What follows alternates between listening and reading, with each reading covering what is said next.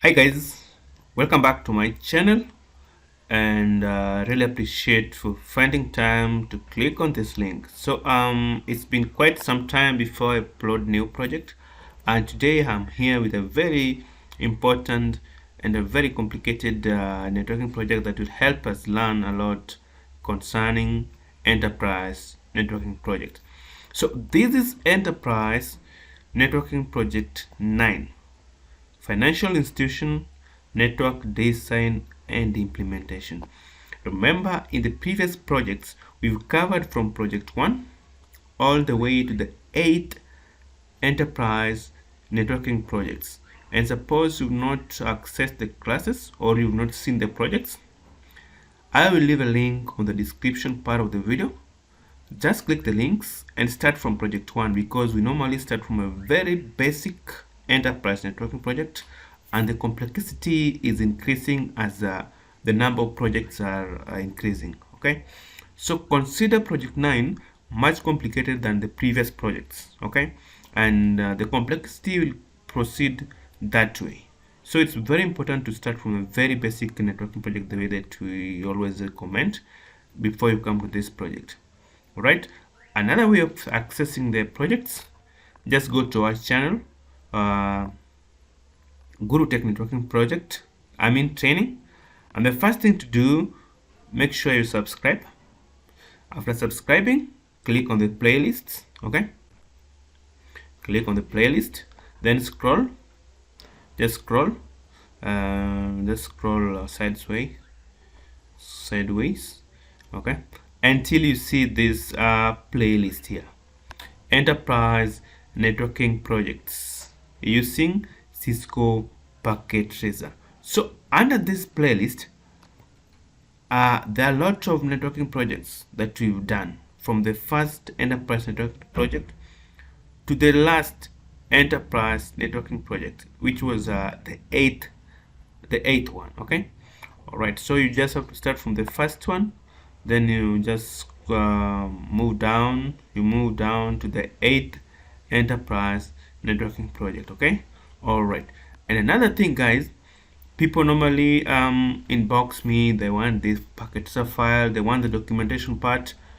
Right, you can obtain them, but if you only join the channel membership, just go to our channel and make sure you join the channel membership. Okay, make sure that you join the channel membership to get make sure that you join our channel membership to get the packet tracer file. But the documentation, these documentations, for example this of today, okay, if you want it, it's very simple to get. It's free. You just go to our website, which is GuruTech, that one, that's our website, and then you come under projects. It's loading, but no problem. You come under projects. Okay, so after coming under projects, now all of these are the projects that we've done so far. I'm going to upload this to our website soon.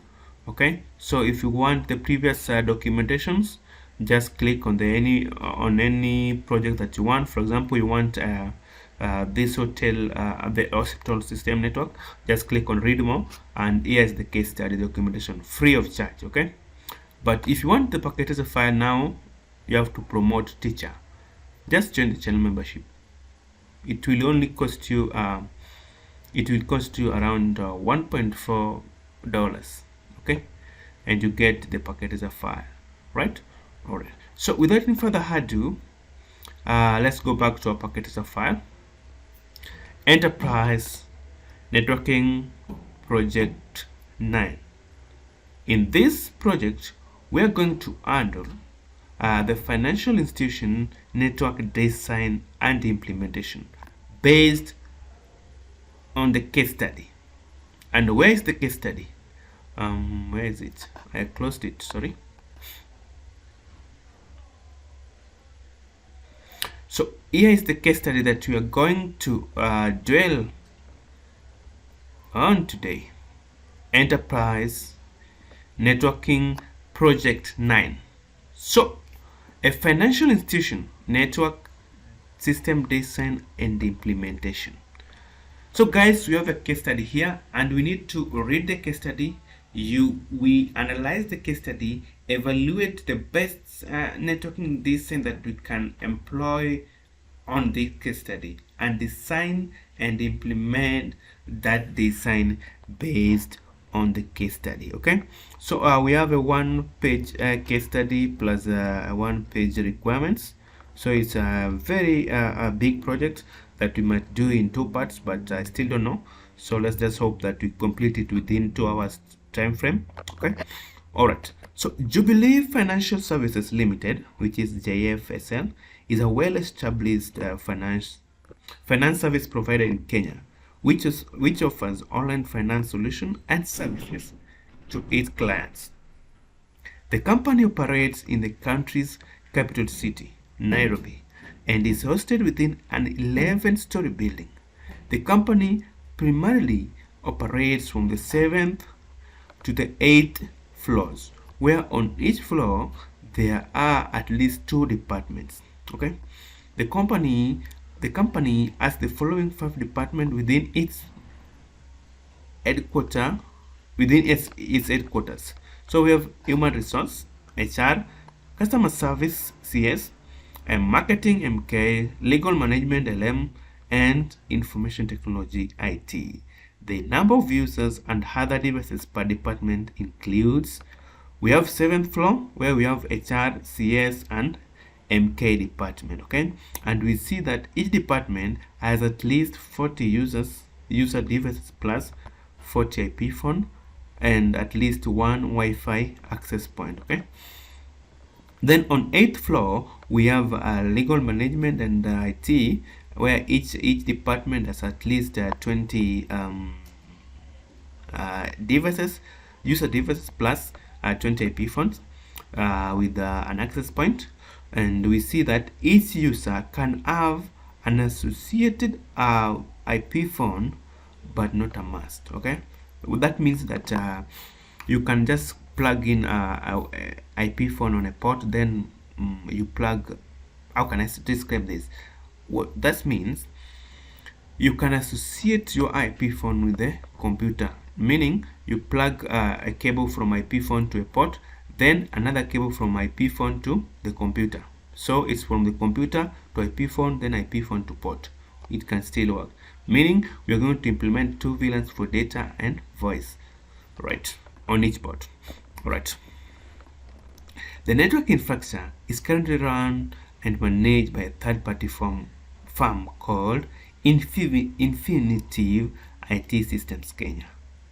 The senior management has decided to own its network infrastructure, including LAN, WAN, and an external server-side location connected via appropriate WAN technology, with prioritizing secure communication between the HQ network and the external site. The server-side site will host DHCP, DNS, web, and email servers. The company is intending to subscribe to 2 ISPs. In bracket, you have Safaricom and JTL ISPs to provide redundancy and load balancing in terms of internet provisions. The company has also purchased 2 Cisco Catalyst 2911 routers, one for HQ and another for server side, plus 1 gateway router, Catalyst this one for HQ voice over IP, okay, services, telephone service, and 2 multi-layer switches, both for HQ. Okay, HQ will have two multi-layer switches and 6 access switches for the departments. Remember, here we had 5 departments. Okay, so the 6th one I think is the other one on the server side. Okay, all right.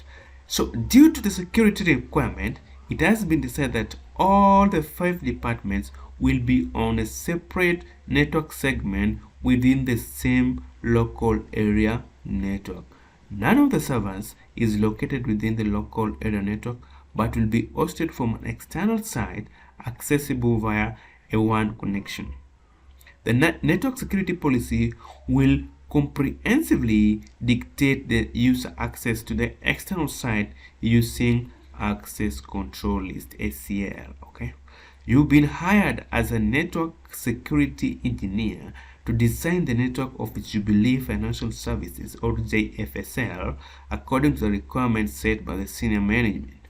You will consult an appropriate robust network design model to meet the design requirement. You will also implement access control lists and virtual private networks to enable secure communication, considering security and network performance factors paramount to safeguarding the confidentiality, integrity, and availability of data and communication.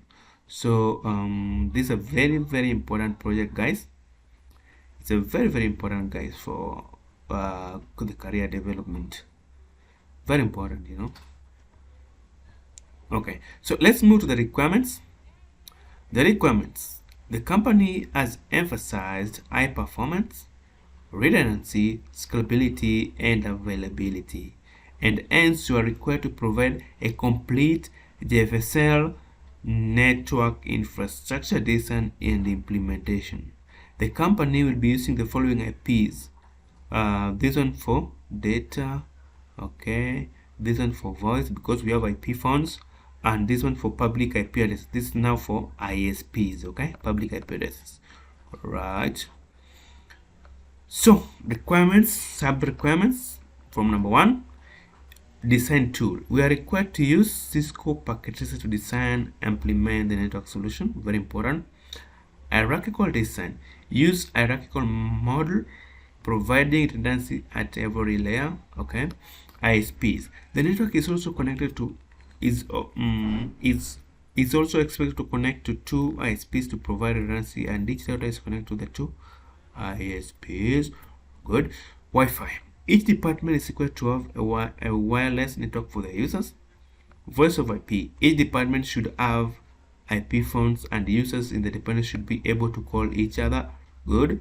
Each department should be in a different VLAN and a different subnetwork. The voice VLAN ID number will remain at VLAN 20 for the entire network. Okay, so this means that all the IP phones will be in VLAN 20. Alright, in the network. Okay, subnetting. Provide the networks above. This one. Provided the networks above carry out subnetting to allocate the correct number of IP addresses to each department. Basic settings. Configure basic settings such as hostnames, console password, enable password, banner messages, encrypt all password, and disable IP domain lookup. Okay. Inter-VLAN routing. Devices in all the departments are required to communicate with each other with their respective multi-layer switch configured for inter-VLAN routing. Very important. Core switches, all the multi-layer switches.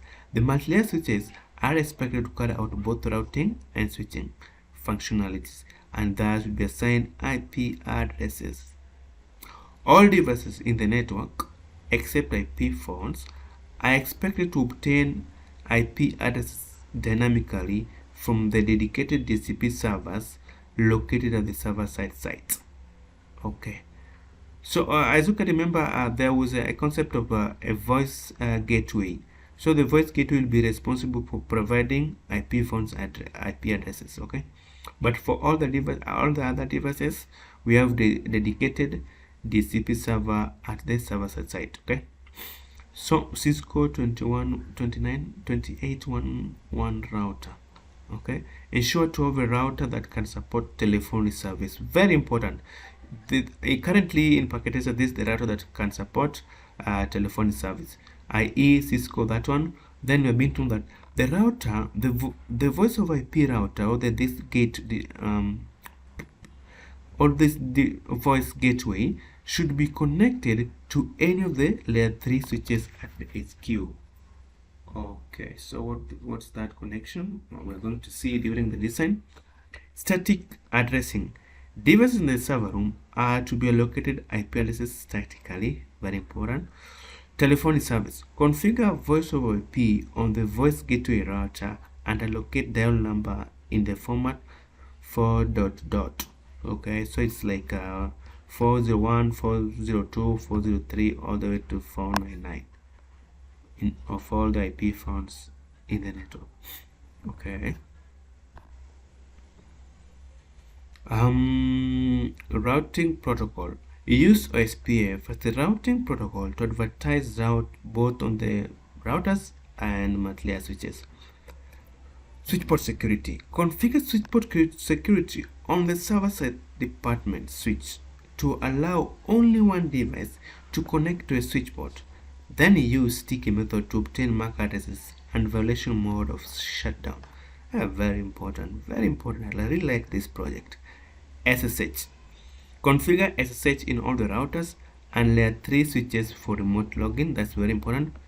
Standard ACL for SSH. Wow. Configure simple standard access control list on the virtual interface to allow only ICT department to carry all the remote administrative tasks using SSH. Wow, this project is a very, very important project. NAT plus ACL. Configure part to use the respective outbound router interface IPv4 address and implement the necessary access control list. And very important, NAT is because we have ISP, so we have to use NAT. Point 20 IPsec VPN, wow, plus ACL access control list. Configure site-to-site IPsec VPN between HQ router and the server-side router and implement the necessary ACL rule. Very important, guys. Finally, test communication and ensure everything is working perfectly fine as expected. Wow. So guys, this is a very big project. This is a very, very big project, a very important project.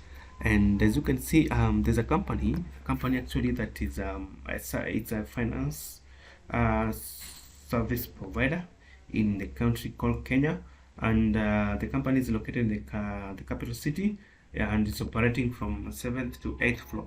So it has how many departments? 5 departments on the HQ network, and on the other side of the server side there's only that one department, server side department. Okay, and we have been provided with everything that we need to start the descent. So guys, without any further ado, this is a very big project. Let's go back to our packet tracer and start the descent part. Okay, so depending on the case study here, we've learned that there are some devices that have already been purchased. For example, the company has subscribed to ISPs, and also the company has purchased these routers. The company has purchased this one gateway router and 2 multi-layer switches for HQ and 6 access layer switches for the departments. All right, so basically what I'm going to do, I'm going to start with the SP routers. So for SP routers, let me just choose 2911 router, and I put it somewhere here, 1 and 2. Okay, all right, so after doing this, I'll go back here and learn about the HQ network. We've been told that there are 2 routers. This one for HQ, another one for server side. So I go here, I put one for HQ, 2911 router still. This, so let's assume this is for HQ, and another one for server side. Let's put it somewhere there. Okay, all right. And then when we move down just a bit, somewhere here, somewhere there. Okay, then when we move down here, we see that there's one gateway router, this one for HQ voice over IP, this router. So for this router, I'll kind of pause it, I'll do it later, and let's move to layer 3 switches for HQ. Okay, so we need 2 layer 3 switches for HQ. I put 2 layer 3 switches for HQ, and for layer 3 switches, I just click on the switches, you choose 3650 switch, That's one, and another one is here somewhere there. Okay, right. Then we've been told that there are how many access layer switches? 6 of them. So as you can remember, in the HQ department, in the HQ network, we had how many departments? 5 departments: HR, CS, MK, LM, and IT. So, and on the server side site, so we need 5 departments, 5. So that's the first switch. Put it there. Okay, so what's remaining here is just connection. I'm going to use serial connection between these routers and the ISPs routers, okay, but the normal connection between the routers, multi-layer switches, and the switches, okay. And as you can see here, we were told that, where is the ISP side? They were told that each router is supposed to connect to 2 ISPs, at least 2 ISPs, okay. All right, so what we're going to do, we are going to use serial connection between the institution routers and the ISPs, be the HQ or the server side router and the ISPs. So by default, these routers don't have a serial module, so we need to add them. So just click on any router, then you turn off the router. There's a button here, just click on the button, turn off the router, and add this module HWIC-2T. Drag it and place it there, then turn on the router again. Do the same for the remaining routers. Okay, I've managed to insert serial modules on the routers. So what I do is just connect them. Just click automatic cable connection, click on the first the HQ router to first ISP, then click on the HQ router again to the second ISP, then choose automatic still from this router to the ISP, also from this router here to the ISP. Okay, then let's connect the HQ network. Just use connection the way you like it.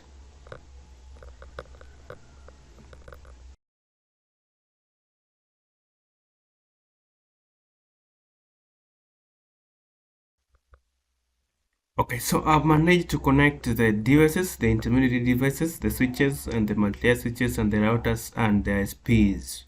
So I left one point here about I left one point about yeah, this one gateway router for voice over IP 2811 router. Okay, and there was something here that was listed. I just want to show you it. Ensure that the router can support telephony service, example this router. Then we are being told that the VoIP router should be connected to any of the layer 3 switches. So I don't know how it's going to be, but we can just for example, let's choose that router. Let's take that router, 2011 router. Here it is. Okay, all right, so we're being told to connect it to any of the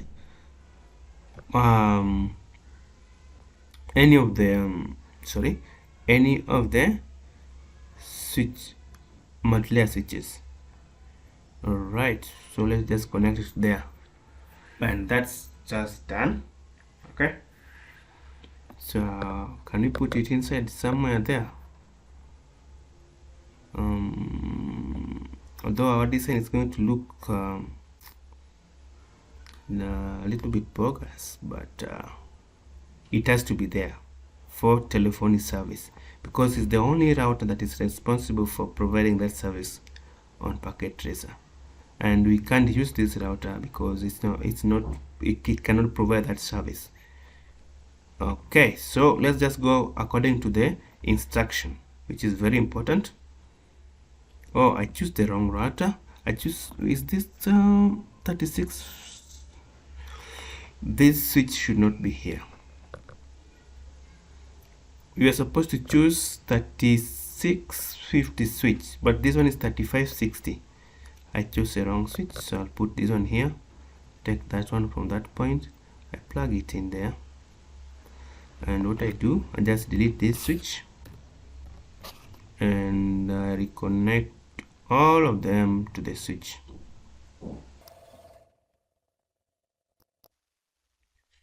Okay, so that's done. Now the next thing that we do, let's turn on the switches. Just drag in power supply, that's all. Come to this one, drag on the power supply, that's all. All right, so let's go to the to the end devices. Let's go and connect the end devices. We should now connect the end devices. So for example, being told that each department should have a Wi-Fi network, an IP phone, a printer, computer, you know, those kind of devices. So for example, here I'll just come, then I put for example two computers like that one, somewhere there. And remember, this network we can use both. We are going to use two VLANs, one for data and one for voice, and we can associate each PC to IP phone. Okay, then for wireless, sorry, I forgot to take printer, so up here I delete that, I put printer. Okay, so we can either associate IP phone to computer or just leave the way we were told. That means you connect a cable from the switch to IP phone, then another cable from IP phone to the computer, although it's connected to one port. So that port should provide both data and voice traffic. And then finally we need an access point to connect let's say laptop. We want laptop, we want tablet and smartphone. Okay, so we provide wireless access point IP, the first one. Okay, put it somewhere there. All right, so what should I do? I just need to connect them, all of them. For example, connect that to that. I do them very, very fast to save time.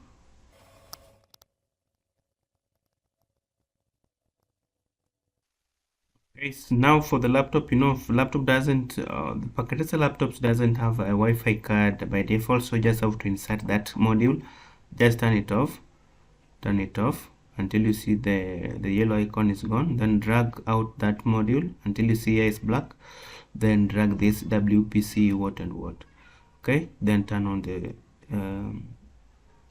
laptop again. Okay, then I don't want this devices to connect right now, so I'm just going to change password because the password is default. So I'm just going to change it something like that so that they don't connect. Good, I don't want them to connect right now. So guys, we are going to copy these to all the departments, to the remaining 4 departments. Before that, let's turn on let's put the power adapter to the IP phones. Good, you can see my setup is quite clear.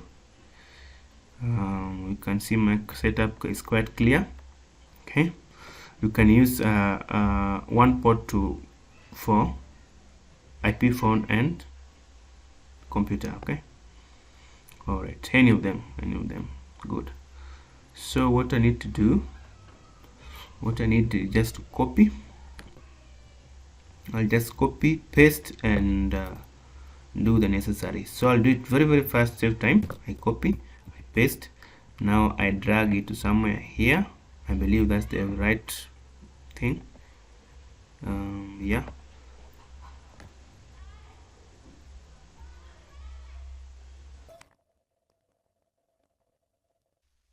Okay, so I've copied and pasted all the devices. As you can see, each department that is it's at least having the required devices. So I just do the connection very fast, save time also.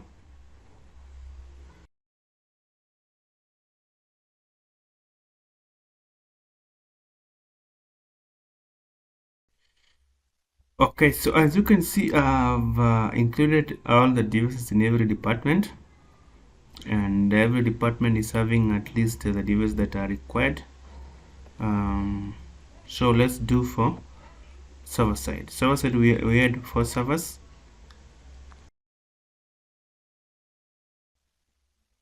Okay, so I think our design is a little bit complete. Now what you just need is to make it beautiful, do the naming and the borders. So what I'll do, I'll first do the naming. For example, ISPs, HQ router, server-side router, HQ multi-layer switch 1, HQ multi-layer switch 2, and so on, so forth. So this one was Safaricom.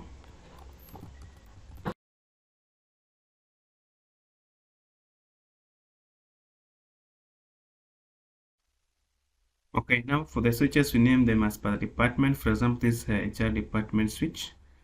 So I'll just say HR depth or HR switch.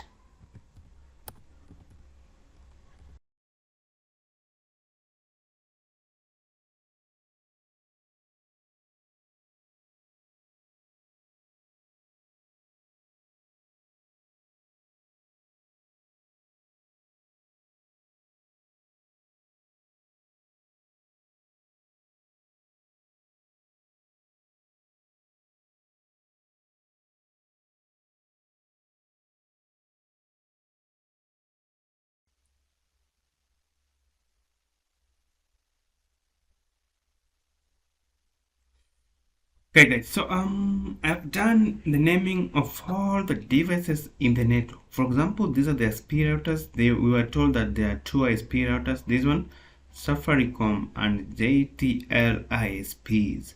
So this is Safaricom, that's JTL ISP, and this is HQ router. This is server-side router. And in terms of multi-layer switches, let's say HQ multi-layer switch 1, HQ multi-layer switch 2.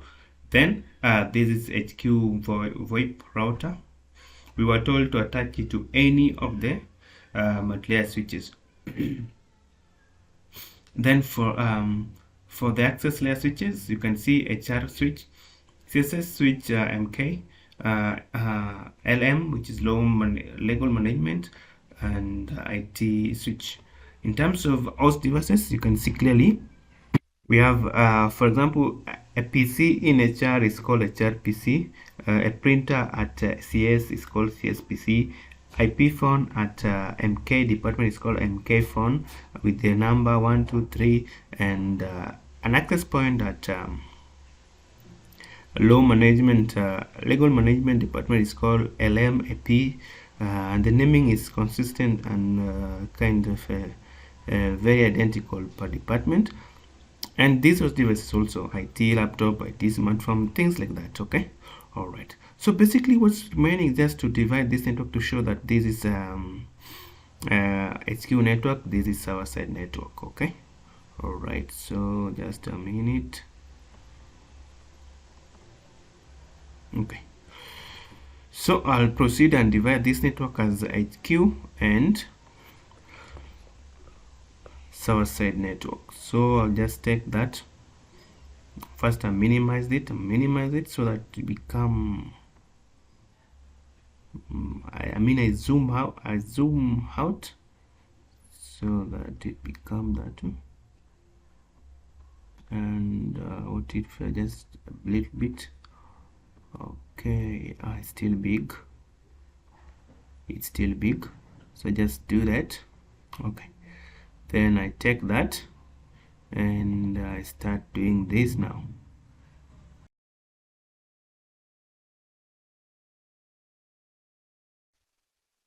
Okay, so I just do reset. Okay, now it's okay. All right, so that's HQ network. And remember, we had how many departments? And we had 2 floors, 7th floor and 8th floor. So the 3 of these will be on 7th floor and the 2 of these will be on 8th floor. So I just do this. Just want to name them. I just want to name here as what was the company? It was Jubilee something. Jubilee JFSL. So I just say this is JFSL HQ network. Then when I come here, I'll say this is JFSL server side network. Okay, so, and I give it a very bright color.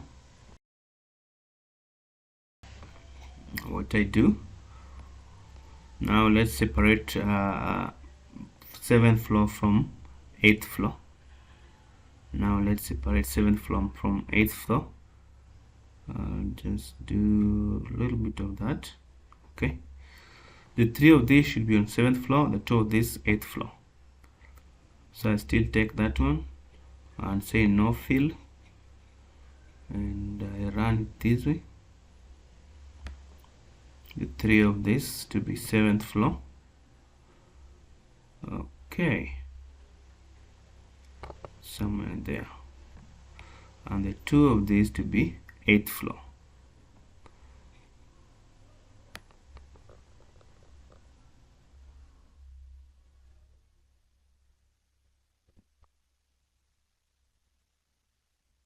Yes, no problem, that's okay. All right, so on the 8th floor we had before that, let me just comment here as 8th floor, it was JFSL 8th floor, and copy. I come this 7th floor, sorry, 7th floor, and this JFSL 8th floor. Good. Now same thing, I give them a bright color. I want to give them that one. Oh no, fill. Yes. Okay, so also in each on each floor we have departments. So let's separate the borders of each department. So to do that, we're not going to use too much bright colors, but oh, I did the fonts are left.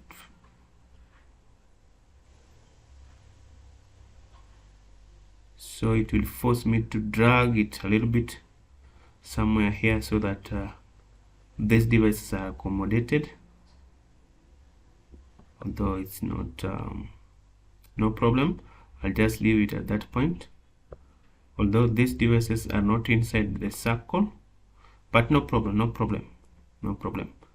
All right, so let's separate the boundaries of each department. So for example, this is HR department. I'll do it very fast, save time.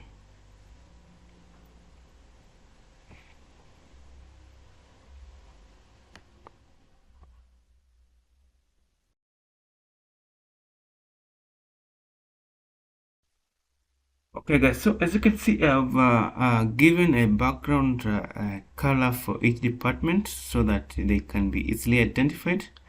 So it's not that much bright colors, so that's pretty much okay.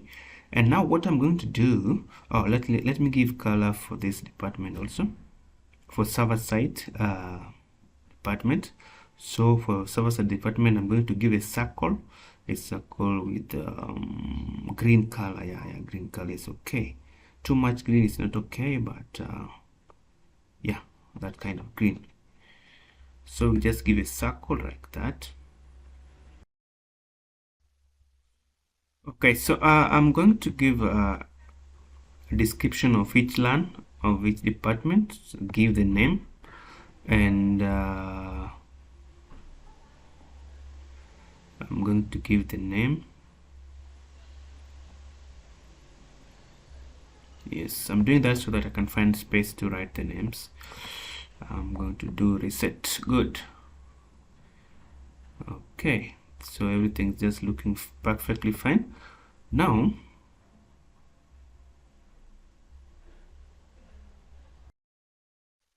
okay, for example, this is HR department, so I'll just say HR dept, HR department, and I copy, paste this one to be CS. Okay, so I've named all the departments, so the design is looking perfectly fine. Very good, you know, very well. And also this side, let's name it as server side.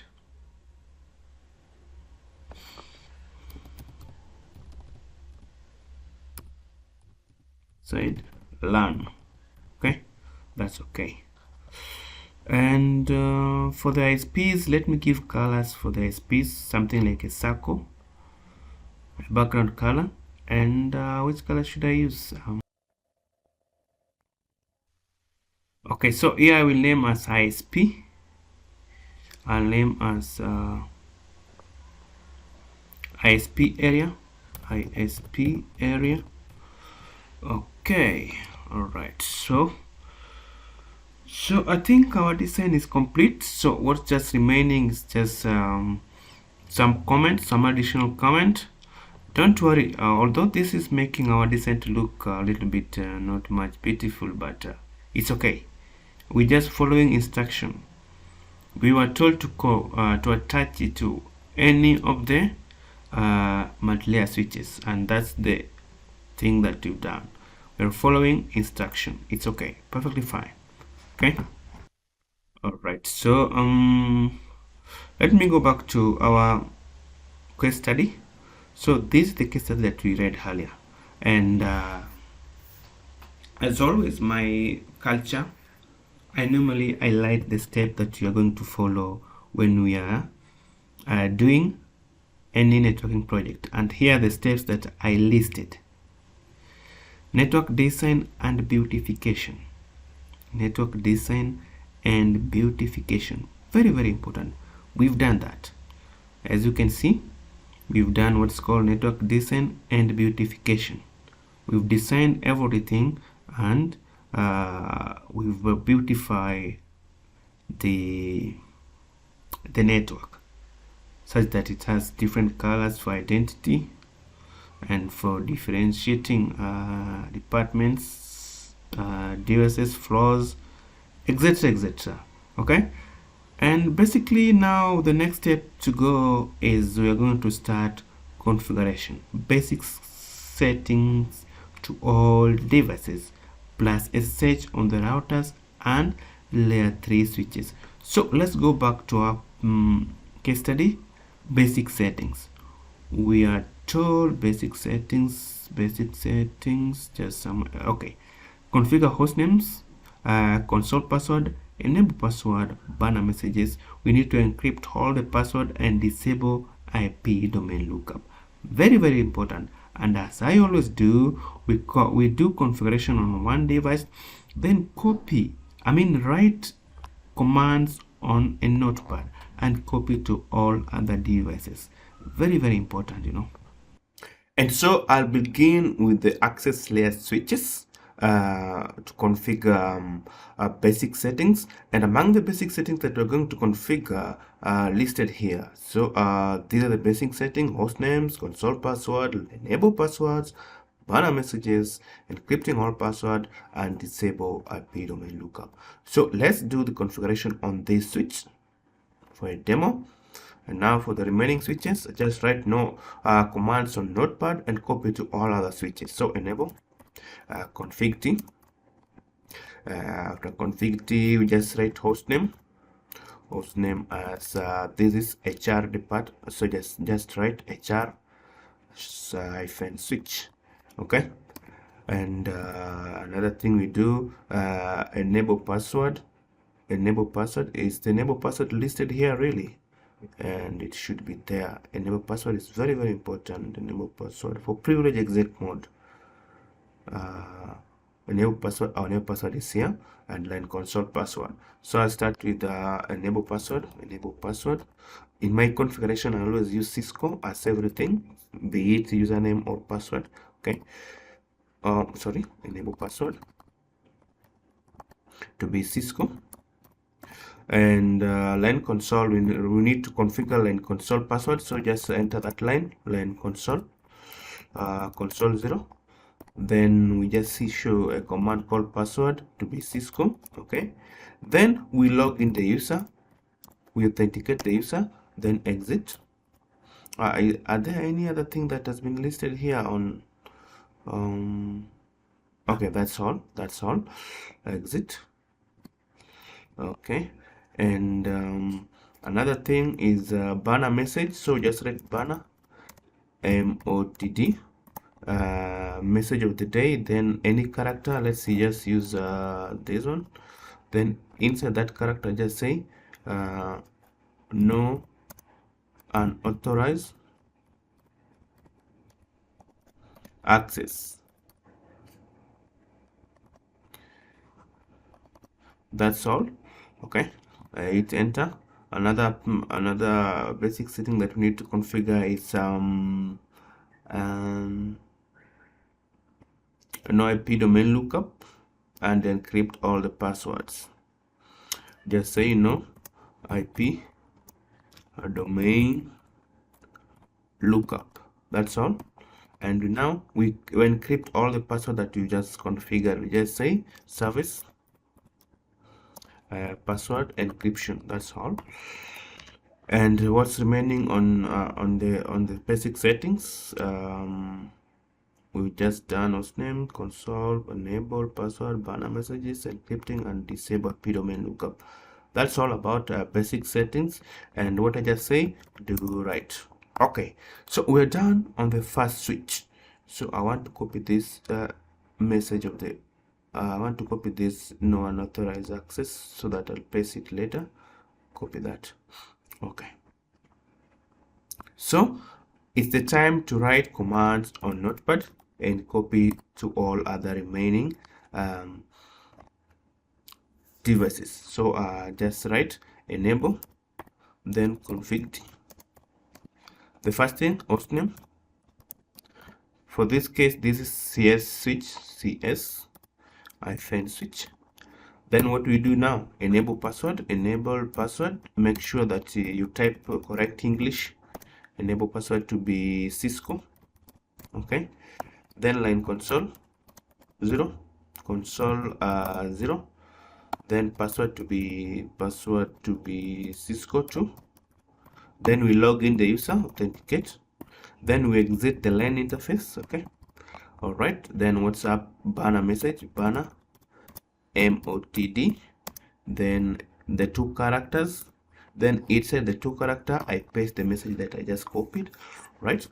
Then what's remaining here now, disable IP domain lookup, no IP domain lookup,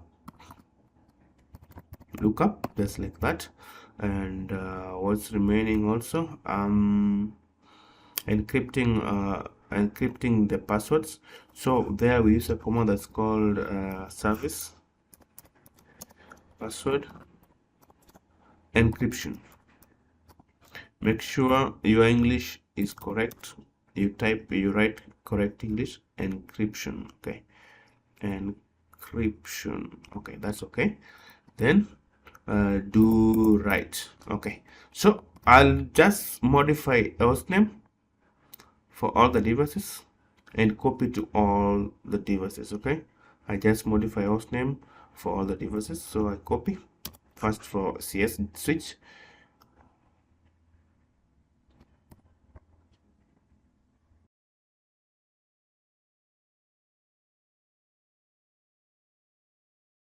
okay, so I've done the basic settings on all the access layer switches, and definitely I'll move to the distribution layer switches.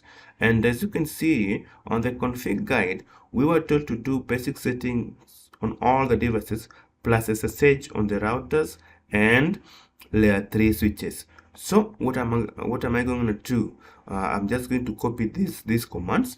For example, I'm just going to change this as HQ mat layer switch 1, HQ exhaust name mat layer ML switch 1. Okay, switch 1, and I copy everything, I come and paste to this switch here. Okay, now we've done the basic settings, but we were told to add SSH on the routers and the L3 switches. So let me write let us configure SSH on this mat layer switch. The first step to configure SSH, ensure you configure host name. So the first step is to configure host name. When you want to configure SSH, make sure you configure host name. Then the second step, make sure you configure username and password. Hit enter. Third step, you configure IP domain name. IP domain name to be, let's say, cisco.com. Okay, and you hit enter. And now is the time to generate crypto keys.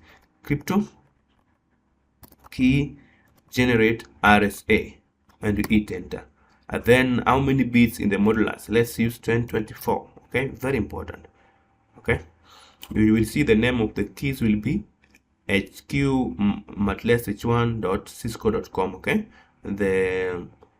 this one, the domain name that we just listed. Then you just hit enter. Okay, now SSH is enabled, so let's give SSH a version. Just say IP SSH version 2. Sorry, IP SSH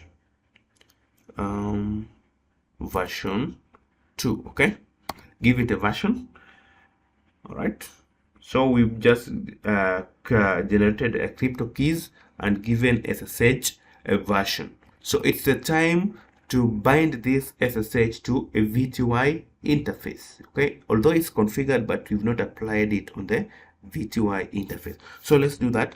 Line VTY 0 to 15. Okay, then we say login local to use the local database. Login local to use the local database.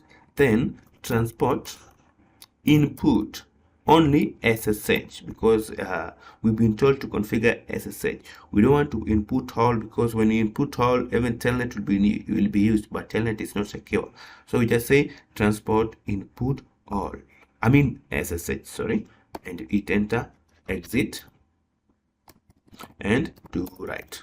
So we've configured SSH on this multi-layer switch.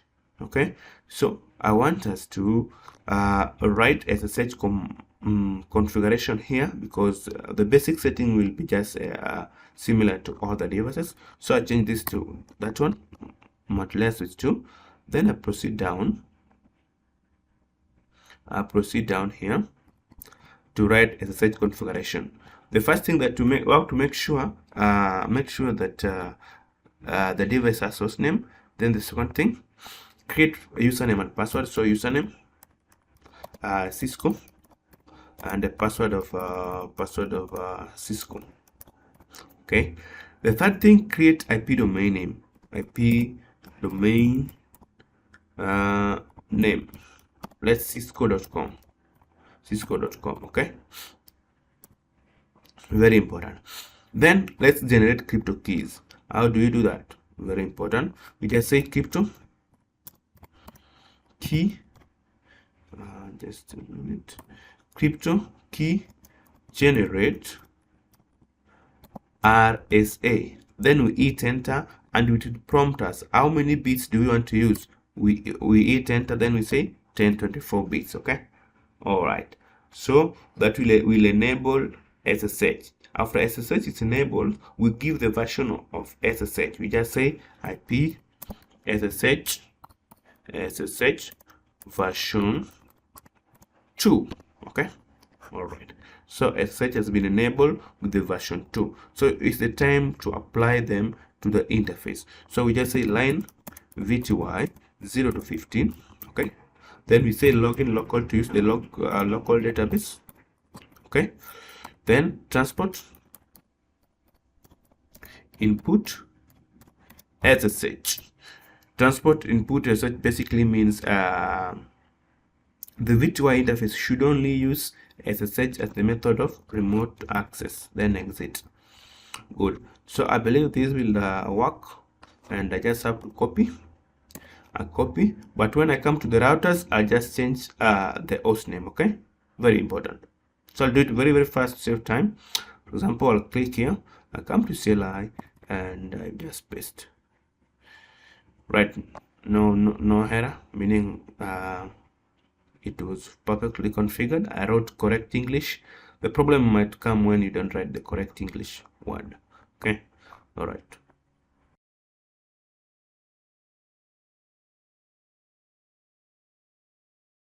Okay, so I've done the basic setting plus a search on all the devices in the network, access layer switches, multi-layer switches, and the routers. Okay, all right. So let's go back to our config guide to see what's the next step. Okay, so the next step is to configure VLANs, for example, for data and voice, plus all access and trunk ports on layer 2 and layer 3 switches. Okay, all right. So guys, as you can see, we need to configure VLANs. So before that, for example, let me go back to the case study. I saw something of VLAN assignment. Okay, this one. Each department should be in a different VLAN and a different subnetwork. The VLAN ID number will remain VLAN ID 120 for entire network. The voice, the voice should remain VLAN ID that one for the entire network. So any VLAN of VoIP IP phone should be 120. Okay, all right. So let's say I just want to do a quick comment. The VLANs will be only applicable on HQ network, not the server side. Okay, all right. So I'll just do a quick comment. I mean, for example, I'll just say VLAN. I want the data VLAN on HR department to be VLAN 10. So I just say VLAN. Okay, then I hit enter. Data to be 10. Then voice we were told to 120 for the entire network. Okay, 120. So I'll just copy this and paste in all the departments. Now I change here to 20. Okay, so as you can see, the VLANs have been listed there as the comments, and you can see each department as a different VLAN. Not only for only for voice VLAN is the same in all the departments. Okay, so it's upon us to configure this switch. So it's upon us to configure every switch to have both data and voice VLAN. Every port on a switch should be associated with the two VLANs, for data and for voice. So pretty much simple, you know. The first thing to know,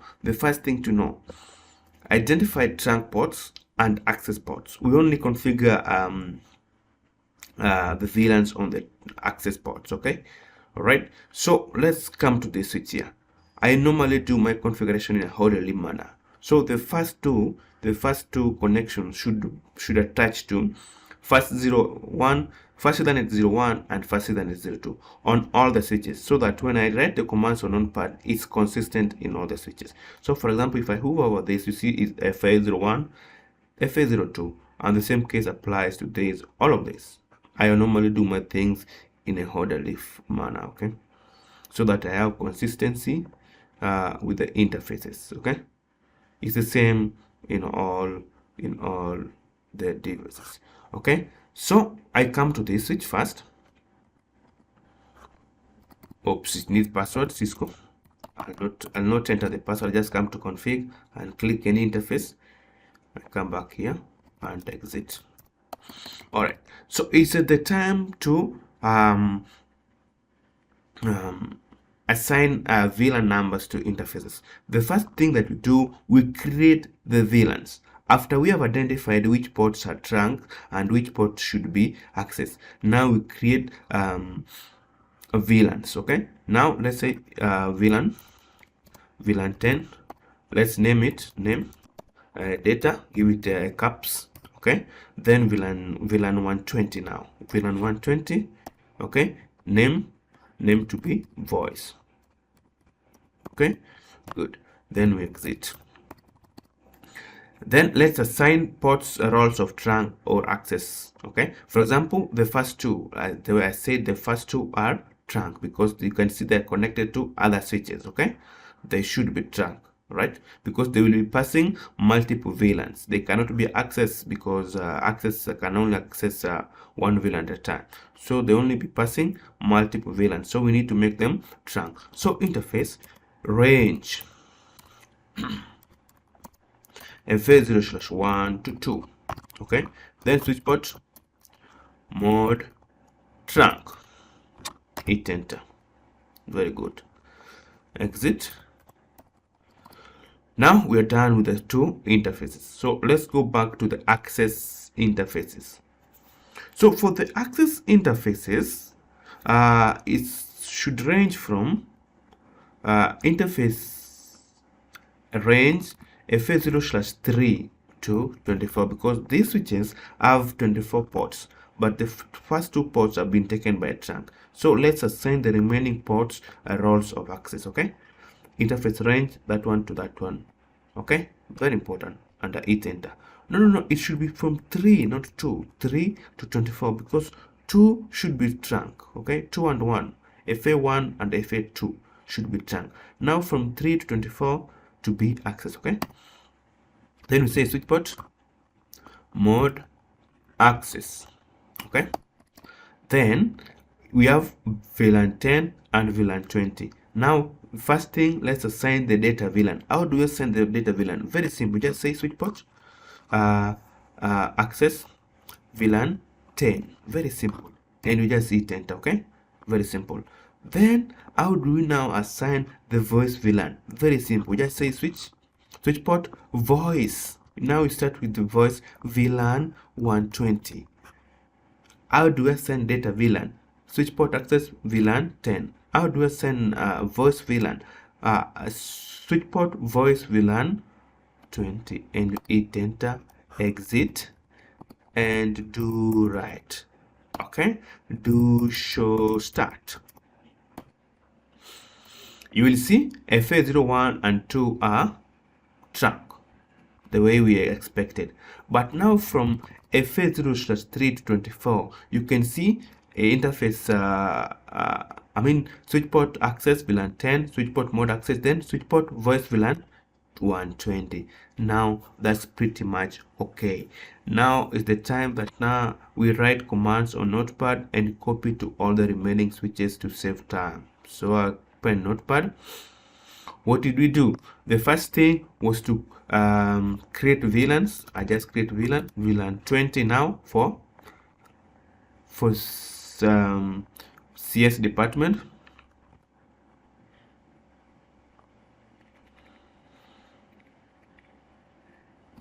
And I name it data.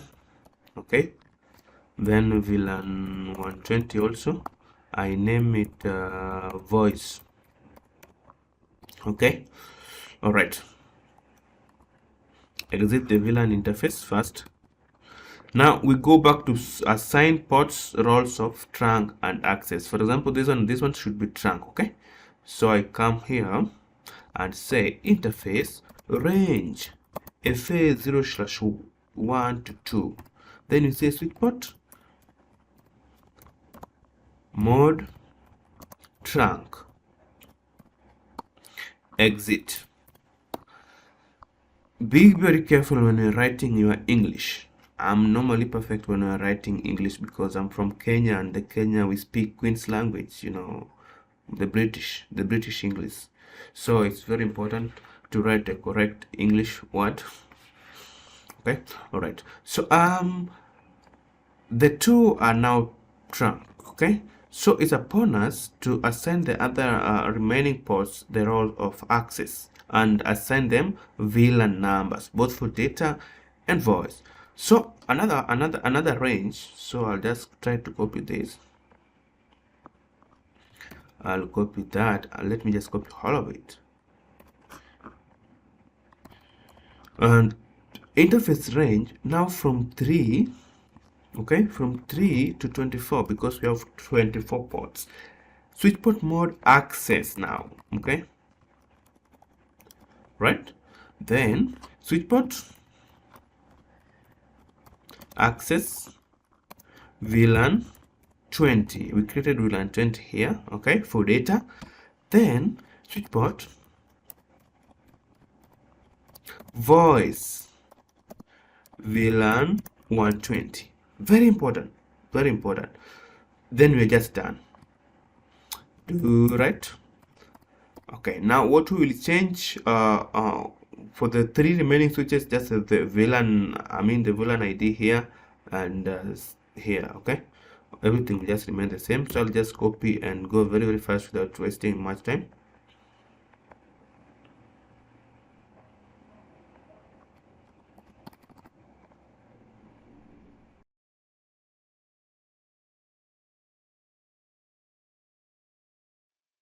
Okay, so guys, I've managed to assign all the ports the roles of access and trunks, and assign the access ports VLAN numbers, both for data and for voice.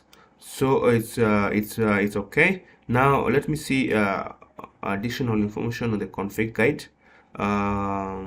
Access on layer 2 and layer 3 switches. Okay, so now it's upon us to go to layer 3 switches. Now for layer 3 switches, we're going to be very easy.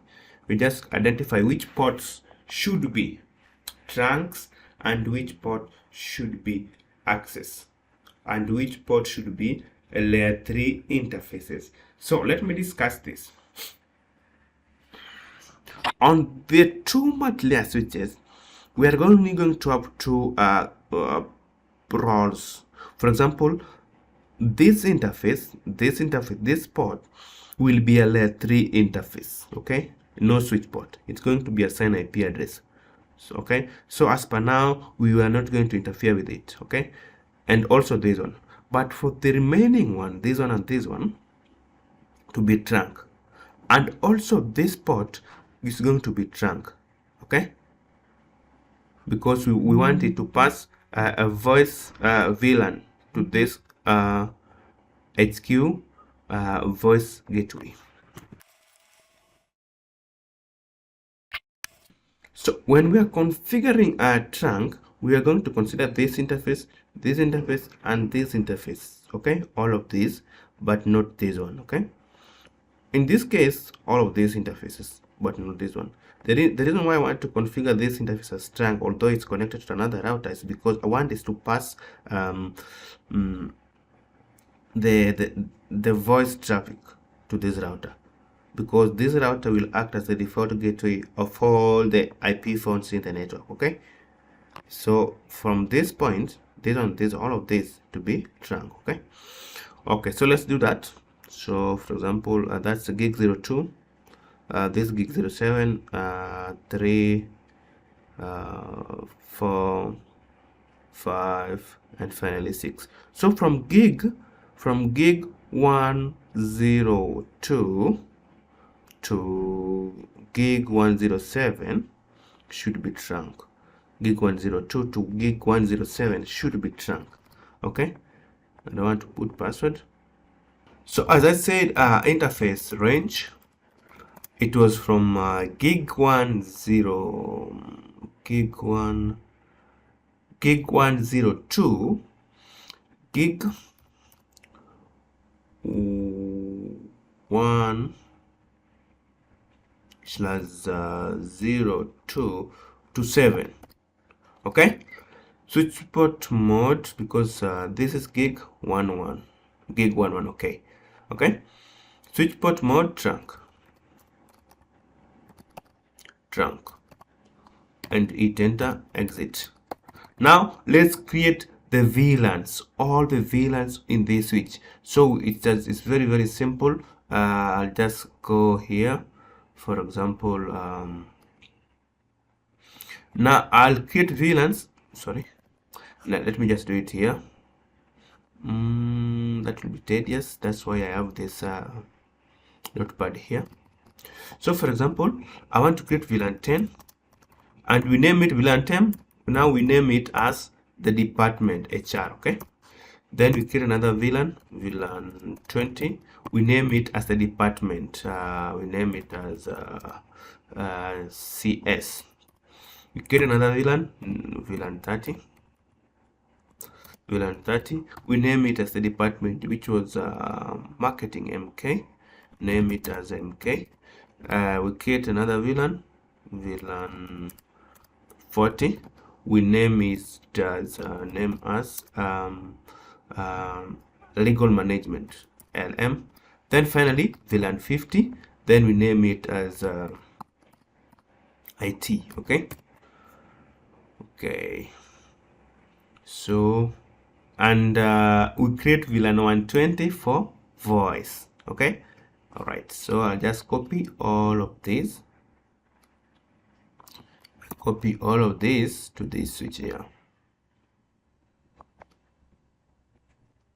Okay, so do right on that switch. So we are done with this switch, so let's go back to this multi-layer switch and configure trunk interfaces.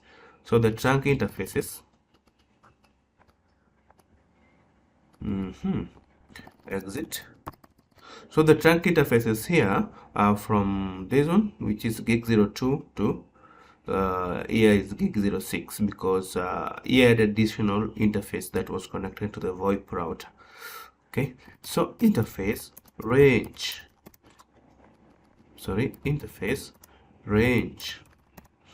gig 1/0/2 to 6. Switch port mode trunk. Okay, exit. Then we paste the VLANs that you just copied. This one. Okay, I just paste them there and do right. So it's okay. In terms of VLANs on multi-layer switches and access layer switches, we are done. So let's go back to see what's next in the config guide. Switch port security to server side department. Wow. Switch port security to server side department here. So being this external department, we don't want any other device to connect to those ports apart from our devices. Okay, all right, so we are going to configure switch port security to this switch here. Okay, so this is switch interface, this one FA01. So from FA02, that one FA02 to FA05, we should configure switch port security there. Okay, and how do we configure switch port security? Very simple. Exit. The first thing we do, we check on the documentation, the requirement. Switch port, yes, switch port security. Configure switch port security, this one. Configure switch port security. Configure switch port security for the server side department switch to allow only one device to connect to a switch port. Use sticky method to obtain MAC address and the violation mode of shutdown. Okay, so we said that ports are, the first thing we do, we check the interesting interfaces, the one that are connected to this one, the one that are connected to the devices. Okay, and because this is an external server side, someone can infiltrate and plug their own devices. So we just want to say interface range FA0/2 to 5. Then we just say switchport mode access. Okay, just a minute. Then after making them access ports, now we initiate the process of configuring configuring switchport security. We just say switchport port security, port security, that's all. Then switchport port security maximum, we've been told to allow only one device to connect to a port at a time, maximum of 1. Okay, right? Then switchport port security MAC address to obtain through what command? Sticky command. Here the instruction, where is it? This one. To allow only one device, we've done that, and use sticky method to obtain MAC address and the violation mode of shutdown. Very important. MAC address to sticky command. Okay, and hit enter. Then switchport port security violation mode to be shut.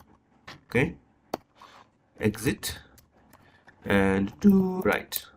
So guys, we've secured this switch. Okay, but what if someone comes and plug a device to the port that you've not secured? So you know that's the security principle there will be broken. So we need to there are other ports that are connected to this that are not connected to any device and they are not secured. So you know, when you try to plug in any device, the port will turn up. So maybe an attacker might plug in a very malicious DHCP server to that port. So we need to turn off all those ports that are not connected to the servers. Okay, so interface, for example, you can see here, these are the only ports that are connected to the servers. Okay, this one. Okay, so from 06 to 24 are not connected to the servers. So interface range, before that do show start. So you can see from 6 to 24 they are not connected to anything. Okay, and the other ports from these two ports, gig 01 and gig 02. So I'll just say interface range FA0/6 to 24. Okay, and another range of gig 0/1 to 2. These two. Okay, we want to shut them down and assign them to a very strange VLAN, so that and that VLAN, we will not allow communication with that VLAN. So even if you plug in any device, that VLAN is not allowed for communication. Note the traffic will be blocked. Okay, we hit enter and just say switchport mode access, then switchport access VLAN 90, let's say 1, that's 99.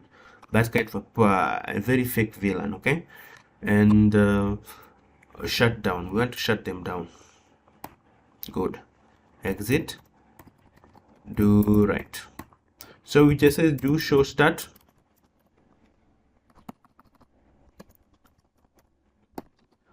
So we'll see from port 6, you see from port 6 to all the way to 24 until you reach gig 01 and gig 02.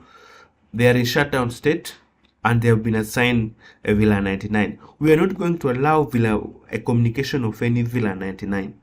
So even if an attacker comes and plug a device to any of the ports, you know that port is by default in shutdown state and it's in a VLAN that cannot communicate. So this server side department is secured. Very important, guys, very important. So, and if you go up, you can see from port 2 to port 6 they have switch port security, okay, with a maximum, sticky method of obtaining MAC address. And in fact, I can just say do show port security. You will see how many ports have been secured. Only 4, from 2 to 5, and we can see only one device can connect to a port at a time, and the violation mode is shut down. So very important. Okay, that's done, guys. Very important method of security. All right, so another step that we need to do is subnetting and IP addressing. So IP addressing and subnetting, very important, but you know, subnetting normally takes a lot of time. We were given block networks here. For this one is for data, this one's for voice, and finally this one is for the public IP address, the ISPs. So I took my time in the background and did subnetting and came up with this table here. Okay, so this is the table that we're going to use. For example, a SR department will have this network and a separate mask. So for the valid host IDs will be this one, the default gateway should be this one, and the broadcast ID should be this one. So the same applies to all other departments. So if you want to use this addressing table, you can just screenshot this page and use it the way you like it. And now the server side will have this addressing plus the subnet mask network, and this one should be network and IP subnet mask. Yes. And now between the routers and the layer 3 switches, you can we are going to use this one, and between the routers and ISPs, we are going to use this one. So guys, without any further ado, I'm going to start commenting on the networks. Okay, so for example, the HR department is going to have that network, CS, MK, MLM, and between the devices, for example, routers and layer 3 switches, and the routers and ISPs. So I'll start with the departments. So I'll just go to the design and give a comment.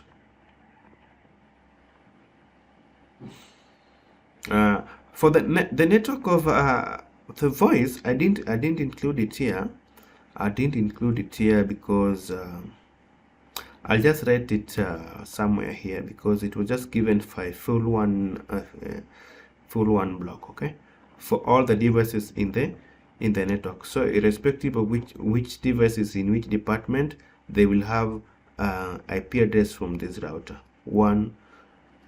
They will be the same subnet. All the devices, all the all the IP phones in the network will be the same subnet. Okay, so there's no need to subnet it. Okay, so I just do that and comment here. For example, this one is network net to be 192.168.20.0/26. Copy. Oh, this one should be capital.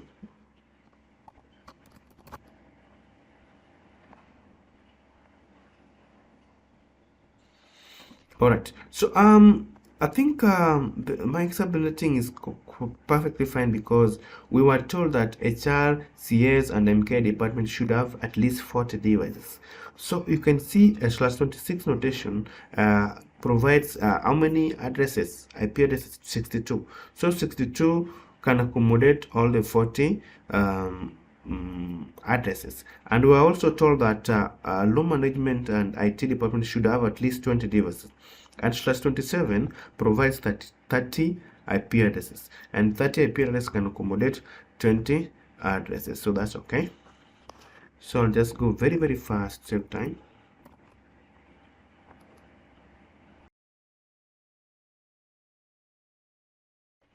Okay, so I've done the comments on the departments. You can see from HR department, CS and MK, they have /26, okay, but LM and IT, they have /27, right? Okay, so let's go to server side department. I'll check on the IP address of the server side department and command it, this one, copy,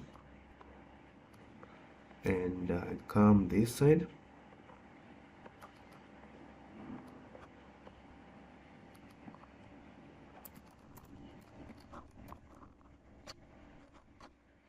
Okay, now what's remaining on terms of IP addressing?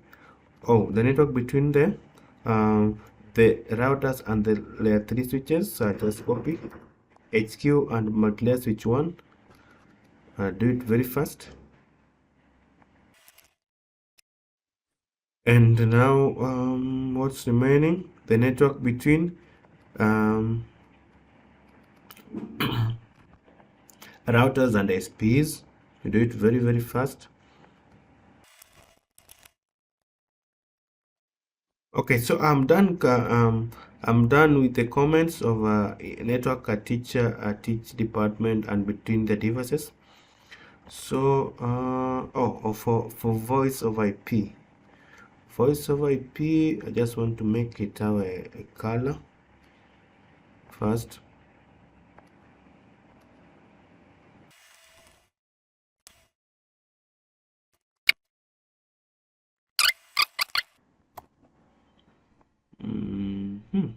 And then IP net to be net was we were 110.10.10.0/24.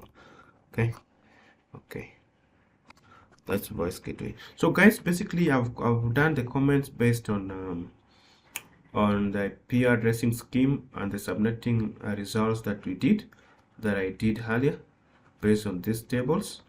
So the only thing that's remaining is to assign IP address to the interfaces. Very important, you know.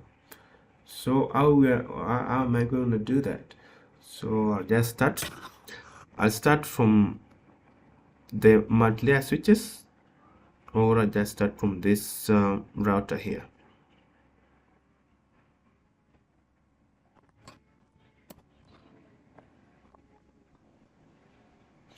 So this router, the interface of this router,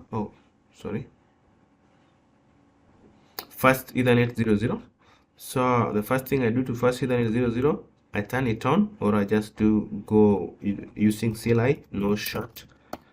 Now it's on. Then I send IP address, paste that, change it to 1.255.255.255.0. Okay, exit.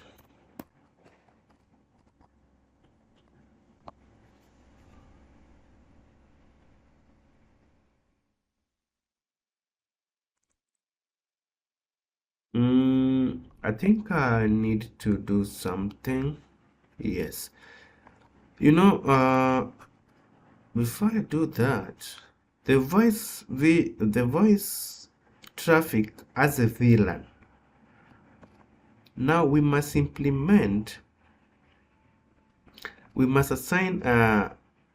create inter-VLAN routing on this router for it to work. So we are going to create a sub interface and assign it this IP address, not this interface. So I should create a sub interface. Just say no IP address first. Good. Now I create the sub interface dot 120. Okay, for voice traffic. This now high level. I didn't think I should do it at the lower level. I should have done it. I should have done it later, but now because I've started it, let me just finish it off. This now for voice traffic. It should have, you know, associate the VLAN number.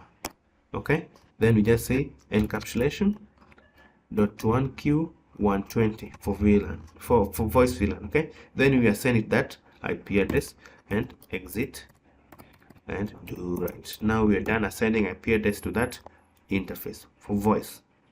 This is a very delicate router here, because if you mess up with it, the IP phones are not going to work. So the first thing to do, because we know IP phones are assigned VLAN 120, now you create a sub interface for inter-VLAN routing and assign it encapsulation.1q the VLAN IT, and you assign the IP address. Okay, and if I try to move over it now, you should see first Ethernet 00.120 with that IP address. Okay, so let's assign IP address to this interface first. Gig 00. Interface gig 101 IP address. Sorry. Make it a layer 3 interface first. Make it a layer 3 interface first. How do we do that? No switch port. And you hit enter. Okay. And we are sending the IP address of put it somewhere here, 192.168.21.17, because the network is .16. Okay, so that mask of API, so that mask of 255.255.255.252. okay, no shut, do right. So we're done as configuring IP address to this interface. Now let's do it for this interface, which is gig 11, gig 10, gig 01. No switch port first, and IP address 192.168.21.21, 255.255.255.252. No shut, do that. Okay, so guys, I'll proceed to configure IP address to the router's interface very fast, save time. So I think you have mastered how I do it.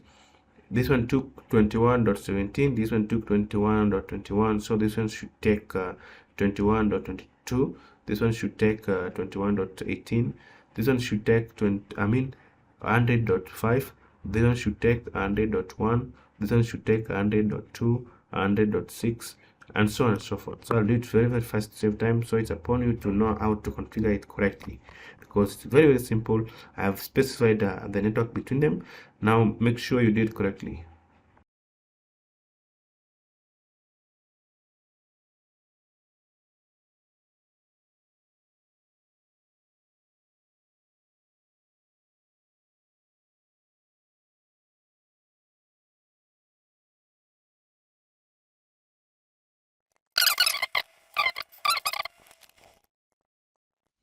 Okay, so I'm done sending IP address to all the interfaces. So I'm just going to check them. Okay, they're okay. Everything is okay. Everything's looking perfectly fine. So I'm done configuring IP address to all the interfaces. So it's upon us to check on what's next on the config guide. I'll go to the config guide, open it, OSPF on the routers and the layer 3 switches. Wow, very important, very important. So we need to do OSPF on the routers and the layer 3 switches. So I'm just going to go to this switch, because this switch and this we're going to advertise the same, almost the same network, only this one and this one will be different. So I go to this switch first.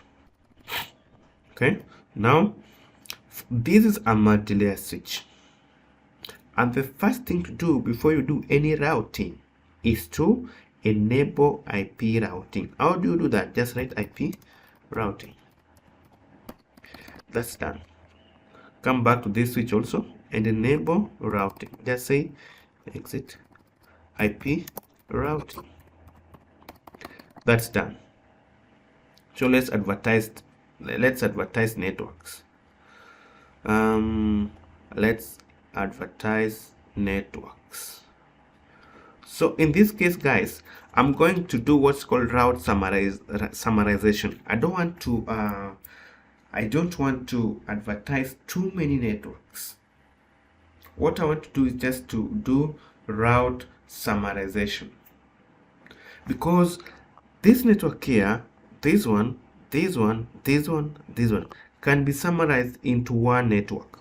Okay, because this one takes the first valid host ID here is 20.1, and the last valid host ID here is 20.255.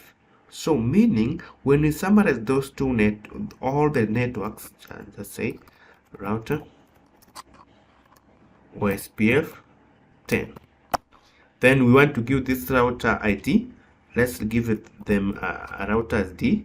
Let's start 1.1.1.1. okay, it's very important to give routers IDs, okay, for easy identification. Okay, so we've given that switch a router ID of 1.1. okay, now let's advertise networks. How many networks are we going to advertise? For voice and for data and this connecting network. Okay, so let's start. The first network, let's advertise for voice network 10.10.10.0 wildcard mask of 0.0.0.3 area.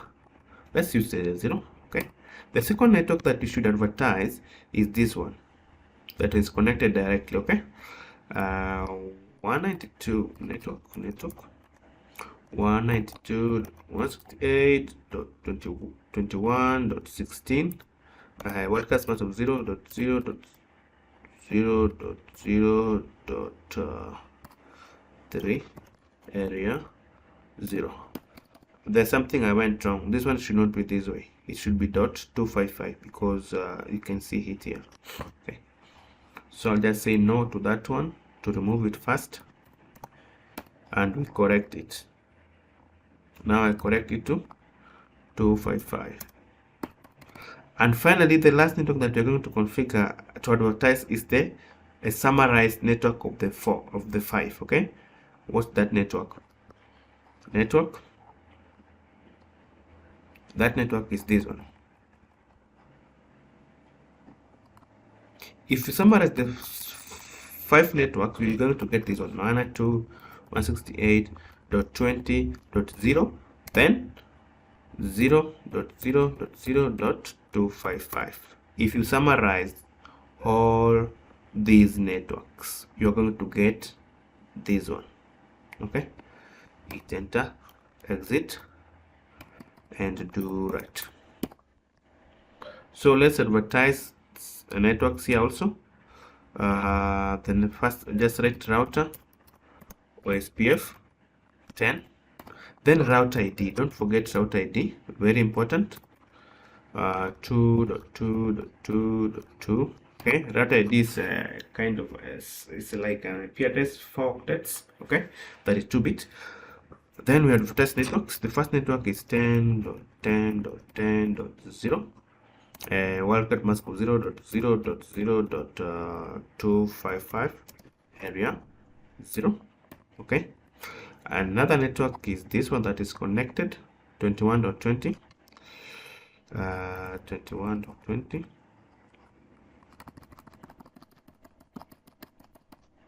192.168.21.20 wildcard mask of 0.0.0.3.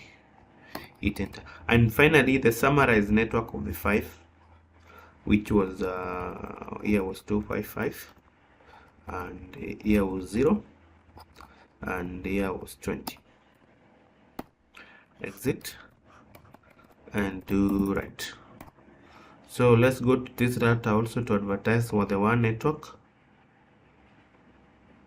Let's go to that router to advertise the 1 network. Exit, router OSPF 10, then router ID. let's give it 3.3.3.3. okay, and network, oh, it's only one, 10.10.10.10, oh sorry, so that's 0, 255.255.255. Welcome mask 0.0.0.255 area 0. Exit and do right. Okay, so we advertised the routes in this router, this multi-layer switch, this multi-layer switch. So we're done. We are only remaining with advertising routes on this router, this one, this one, this one. Let's do it very fast. So exit, router ID, router OSPF 10, then router ID, very important. Let's make it 4.4.4.4. so that's just like a pattern. I made this one 1.1.1, 2.2.2.2, 3.3.3, now 4.4.4.4. okay, network, we'll attach this into this one, this one, this one, and this one. Okay, all right, so I start 192.168.21.16 0.0.0.3 area 0. Then another network is 21.20 area 0. okay, 21.20 area 0. Then another network, you can see they are form adjacency, they should form two adjacency, that's okay, with neighbor of 1.1 and 2.2. okay, IDs, okay, for easy identification, very important. Now let's advertise this one, this one, very fast. So I change this to, it was 190.200.100.0. okay, then another one is .4. Exit and do right. I've done SPF there, so let's do SPF on this ISP router. Exit. So router OSPF or SPF 10, then router ID 5.5.5.5. network, let's advertise networks 190.200.100.0. this one, the direct connect network, this one and this one. okay, and 0.0.0.3 area 0. okay, the form adjacency. Another one is .8. okay, exit, do right. .8 is this one, the one that's between this router and the server side router. Now let's do SPF on this router too. Very simple, SPF is the best one that we should use. So router SPF 10, then router ID, let's make it 6.6.6.6. then the network 190.200.100.4 and .12 for 0.0.0.3 area 0. okay, I'll just enlarge this. okay, you can see it as form adjacency. And another network is .12. okay, exit, do right. Now let's go back to this router and advertise how many networks. 3 of the networks, the direct connected networks, this one, and this one. So I go to this router, exit,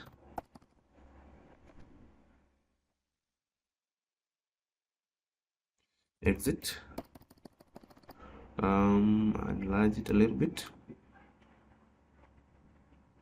Router OSPF 10, then router ID, let's make it 7.7.7.7. okay, then the networks are Let's advertise this one first. 192.168.2021.0. A wildcard mask of /28 notation is equivalent to 255.255.240. So 255 minus 240 is 15. So that becomes 0.0.0.15 area 0. Okay, and another network is .8 and .12. I'll do it very fast. Network 190.200.100.8 0.0.0.3 area 0. Then another network is another network is .12. Okay, exit and do right. It has not formed adjacency with the one router. Oh, it has done now. It has done now. So that's okay. Do right. How do we test if they form adjacency? For example, just go to this router here and just say do show IP OSPF neighbor. Let me expand and you hit enter, and you can see there are 4 neighbors: 2.2, 1.2, 6.06 and 5.5. okay, all right. So guys, we're done with the OSPF configuration. Now we can go ahead and check on the next step on the config guide. The next step on the config guide is the static IP address to server room devices, which is very easy. I'll do it very fast, save time, because we have seen that the default gateway of the server's LAN should be IP address this interface, which is you can see it's a gig 00. IP address is 192.168.1.1/28. I mean, so email server. Let's email server to have. Let's start with the DHCP. I think. Let's start with the DHCP. Come to desktop. We come to IP configuration and 192.168.21. Let's make it around 25. Good. And subnet mask will be 240 because /28 notation. Okay, and the default gateway should be .1. Sorry, I think I'm making a mistake. Actually. The default gateway is .21 now, meaning DHCP should be .5. okay, .5, and DNS, I want DNS to be .6. okay, so I'll just copy this. Yes, not .21, not .20 something, is .5. okay, that's okay.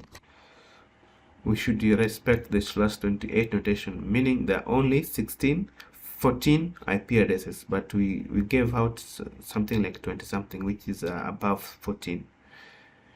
So that's DNS I want is to be .6 I mean, and subnet mask, don't forget .240. DNS, I mean default gateway, that's that one, then that is just .60. DNS just .60. Let me try if it can reach default gateway. Ping. That's all. Web server, let's give it .7. Don't forget the default gateway, the subnet mask I mean, and this one is .6 DNS. Email server, don't forget. Let's give it .7 I mean, then 240. That one and that one 6. Okay, now everything is just okay, and we're done with that step. So let's see what's the next thing to do. The next thing to do is DHCP server configuration. Remember, we've been told here that DHCP server, all devices in the network except IP phones, I expect to obtain IP address dynamically from dedicated DHCP server located in the server side site. Wow, very important. So let's go here and configure this DHCP server to provide IP address allocation to HQ networks. Okay, so what I do, just click on DHCP server, come to services, come to DHCP. The first thing, just have to turn it on and turn this to 00. You'll find some figures there, just turn them to 00 and save. Okay, all right. So, and also this one turn to 0, this one also turn to 0, and just save. Okay, now let's start creating pools. Let's start creating pools. This is the DHCP server. Okay, I bring it here. Let's start with HR. So for HR, I'll just say HR pool. HR pool. So for HR pool, the default gateway should be 192.168.20.1, because you can see this network. Okay, 20.1. DNS, we saw DNS was .6.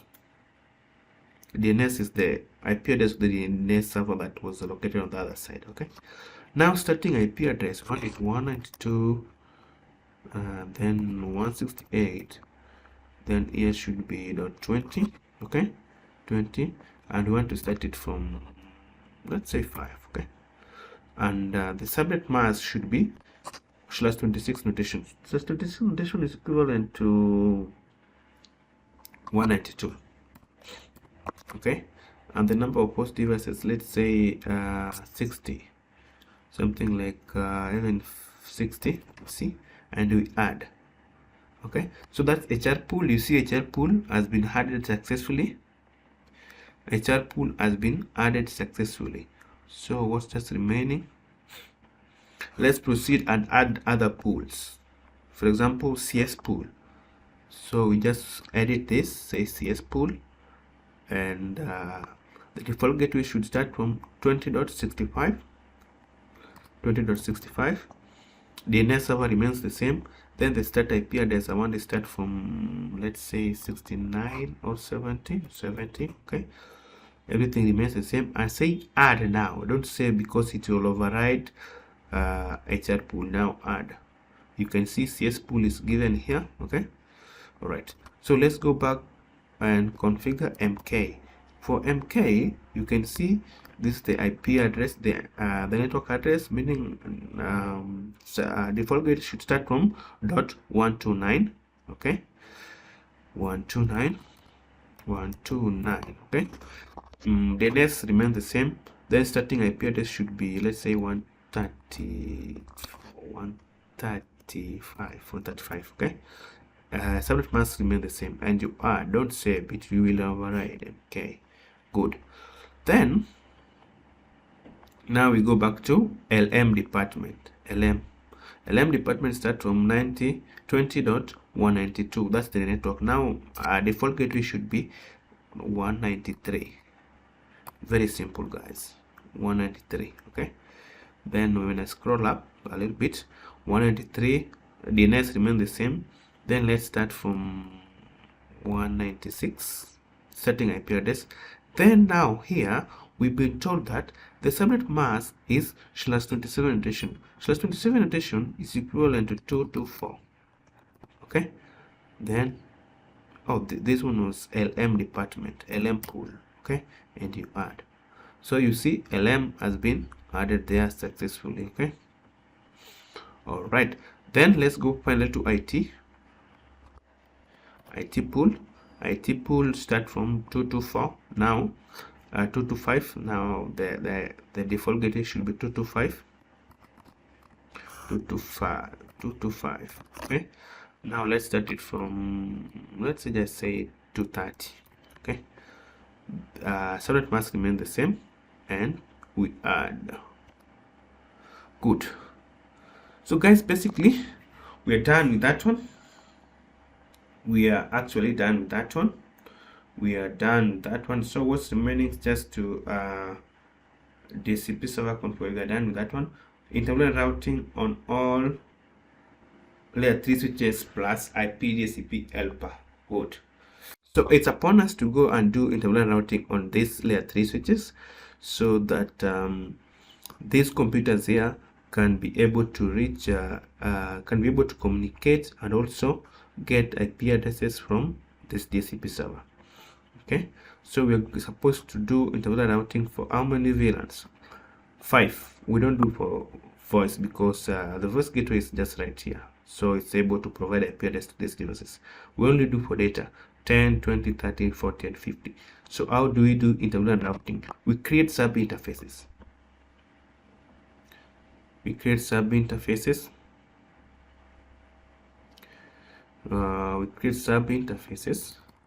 Exit. So how do we create sub? We just say interface, because we already do show VLAN. We already have these VLANs, okay, the 5 of them. We don't do for voice now. We already have these 5 VLANs. So what we do, we create VLAN interfaces and assign them IP addresses. So the IP address that we are going to assign each VLAN interface should correspond to the default gateway of the respective VLAN. For example, the default gateway of HR department was 20.1. Now, because HR department belongs to VLAN 10, the interface of VLAN 10 should have IP address of 20.1. So, for example, interface VLAN 10. Okay. IP address should be 192.168.20.1. Okay, subnet mask of 255.255.255.192, the subnet mask. Then we've been told that there's something here, interval routing. There's something here under config guide. There's something here under config guide, plus IP DHCP helper addresses. We are going to tell this interface, whenever you receive DHCP discover messages from VLAN 10 hosts, then forward that message to the DHCP server. So I will just go here and copy the IP address of the DHCP server. This one, okay. All right, I close it and come back to this switch here. So we are going to tell it, if you find any host needing IP address, then forward that request to the DHCP server. So IP helper address to be IP address of DHCP server, okay, and hit enter, exit. Now we proceed to VLAN 20. VLAN 20, interface VLAN 20, and you assign it IP address of 20.65. IP address 20.65 and IP DHCP helper. Very important. IP address of the other DHCP server. Okay, exit. Then we go to interface VLAN 30. IP address should be .129. You see there.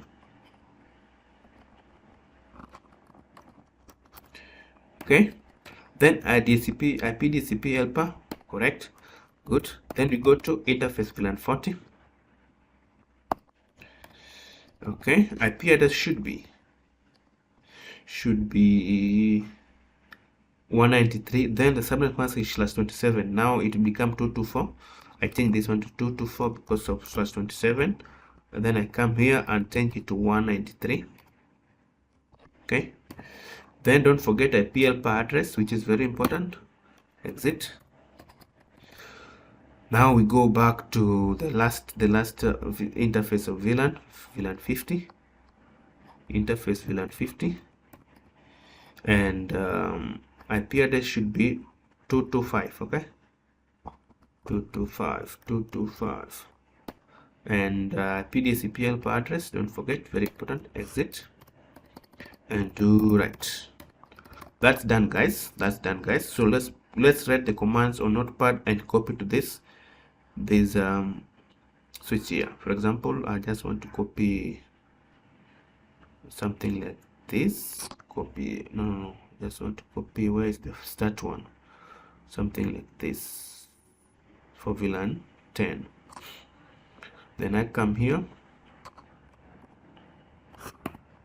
So interface VLAN 10. That's how to write to do intermittent routing on a multi-layer switch. Then you assign IP address to that interface. It should be .1 here. Okay, for VLAN 10, this one. Okay, and I copy, exit. VLAN 20 now becomes .65. Then don't forget IP helper address, which is very important. Exit. Paste .30, I mean interface VLAN 30. And VLAN 30 should be 129, I believe so. 129, good. And now VLAN 40 and 50. Exit. VLAN 40 and 50. Interface VLAN 40.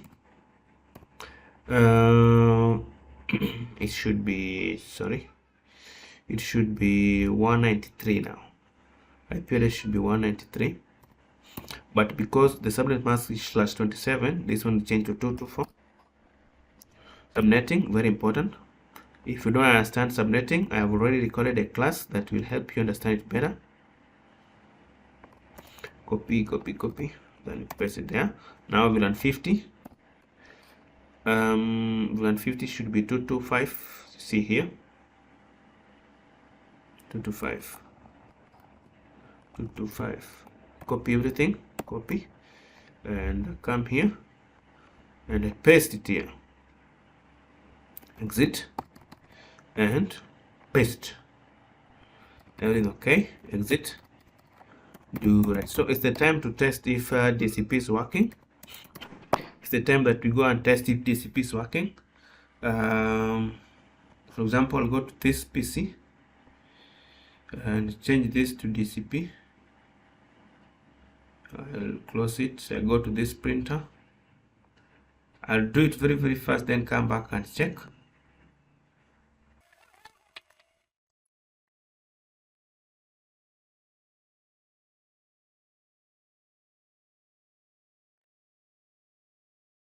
Okay, so it's the time that I go back and check if every PC in every department has picked the correct IP address.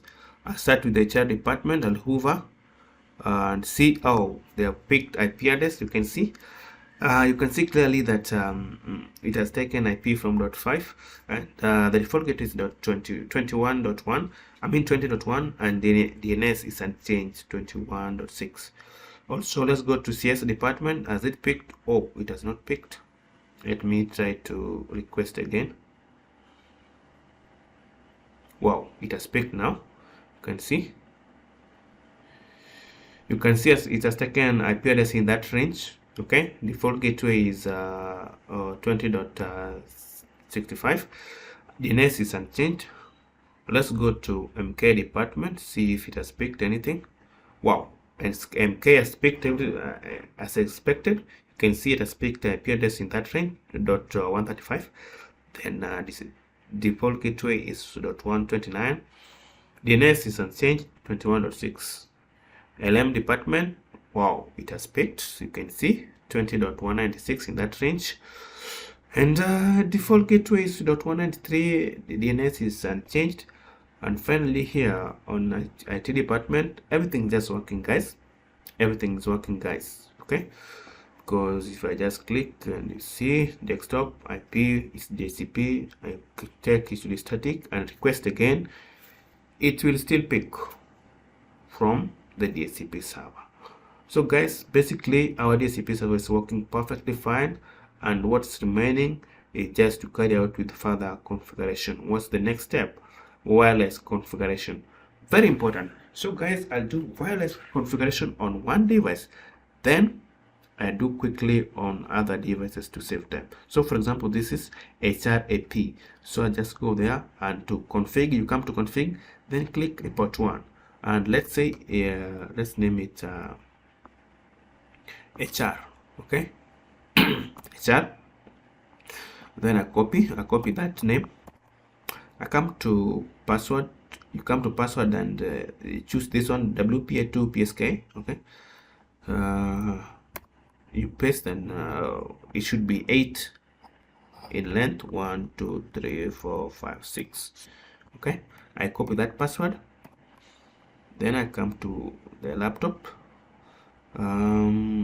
I come to wireless 0, and I write the name as HR, and the password was that one.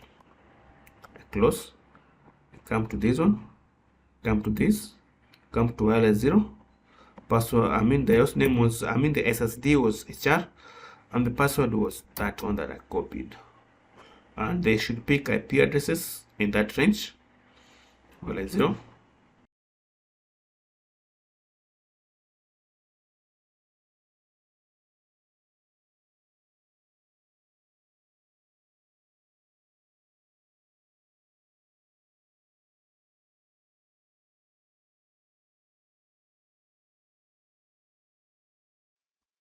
Okay guys, so I managed to configure all the access points and connect them to every host device, and the host device have picked IP addresses. So I believe we're done with that step. So I'll check on what the next step and proceed with it. Telephony service, very important guys, very important. So we're going to configure telephone service on this router. So I'll click on this router here, as I have said. Okay, all right, so just a minute. Okay, exit. And now I want to assign, first of all, we create a pool for the IP phones. Okay, pools for the IP phone. We create a pool by the name, let's say voice. First of all, service DHCP. To enable that service, suppose it was disabled. Okay, then IP DHCP pool, let's say voice. Okay, and then let's issue the network for the voice pool. Network is 10.10.10.1. .0. Then 255.255.255.0. Okay, default gateway, default router should be IP address of this interface, which was let me hover. It was 10. IP address of the sub interface that we created earlier. It was 10.10.10.10.10.1. Okay. Then for IP phones, for creating DHCP pool for IP phone, we issue something that is called option 150. Okay, 150. Then we issue this IP address. This is normally used for IP phone configuration, telephone service configuration. Okay. Oh, sorry. Option 150, then IP. Let me query. Yes, IP. That one. And you hit enter, you exit.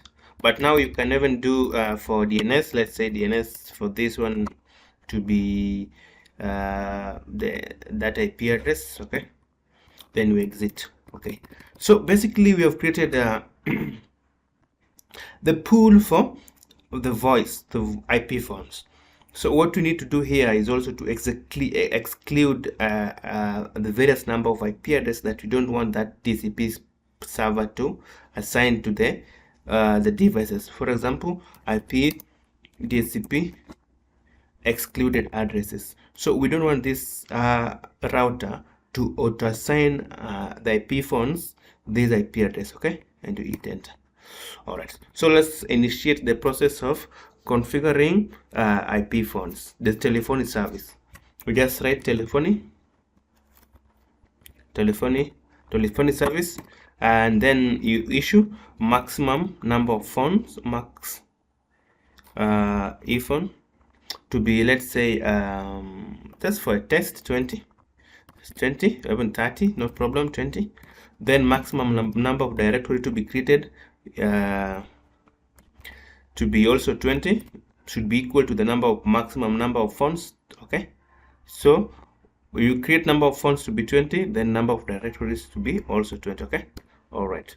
And now here you say what is called, you link it to the IP source. So you just say IP source to be the IP address of this interface, which was 10.10.1. okay, and you say port, they normally use port 2000. I'll enlarge this. Okay, normally use port 2000. Okay, and hit enter. And now you say just auto assign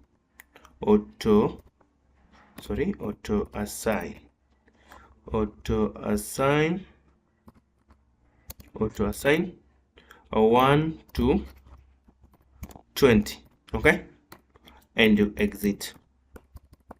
Okay, so let's specify the ephone numbers. Let's specify the IP dial number. So let's say ephone directory number 1. So IP phone number 1 should have this dial number. We were told to use this format. Where is the VoIP configuration? We were told to use this format, 4 ... Okay, so let this take 401. Okay, exit.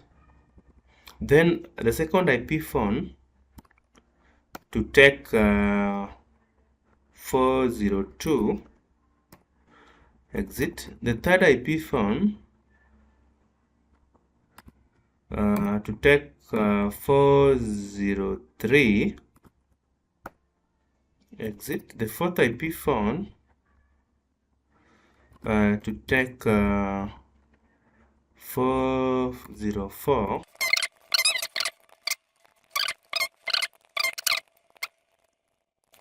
and do right. So with the time, this voice gateway router will be able to distribute IP address to all these IP phones in the network. So as you can see, they have picked IP address, so they have not picked the dial number. Although they have picked IP addresses, you can see they have IP addresses there. They have IP addresses. You can see clearly they have IP addresses, although the dial number has not come. So it's in the process. We just have to give it some time. This router here will be able to assign the IP phones the dial numbers with time. Okay, all right. So I'll just go back to the config steps, see what's next. Oh, the standard ACL for SSH. Remember, we've configured SSH in all the devices, and we can SSH from any of the devices. So we just want, for example, let me just test SSH. I want to test SSH on this router. So we just take IP address of that router, any IP address. Let's take 192.168.21.1. Then I try SSH from this laptop here, which is on HR department. So you just issue command SSH, then space -L, then the username that we created, we use Cisco, and then IP address that I've just copied. No, I just want it to be 192.168.21.1, and you see now Cisco, and this is server side router. Okay, we can configure it from HR department, any department, even on IT department we can do the same. But now we want a scenario where that it can only be done in IT department, because it's very risky that everyone can SSH to those devices. 192.168.1.2.21.1. Just give it time. Did that computer really pick the IP address? Why is it taking long? I'll just try to copy.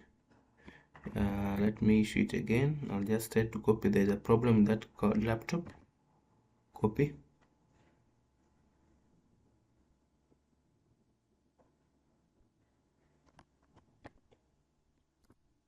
Yes, Cisco.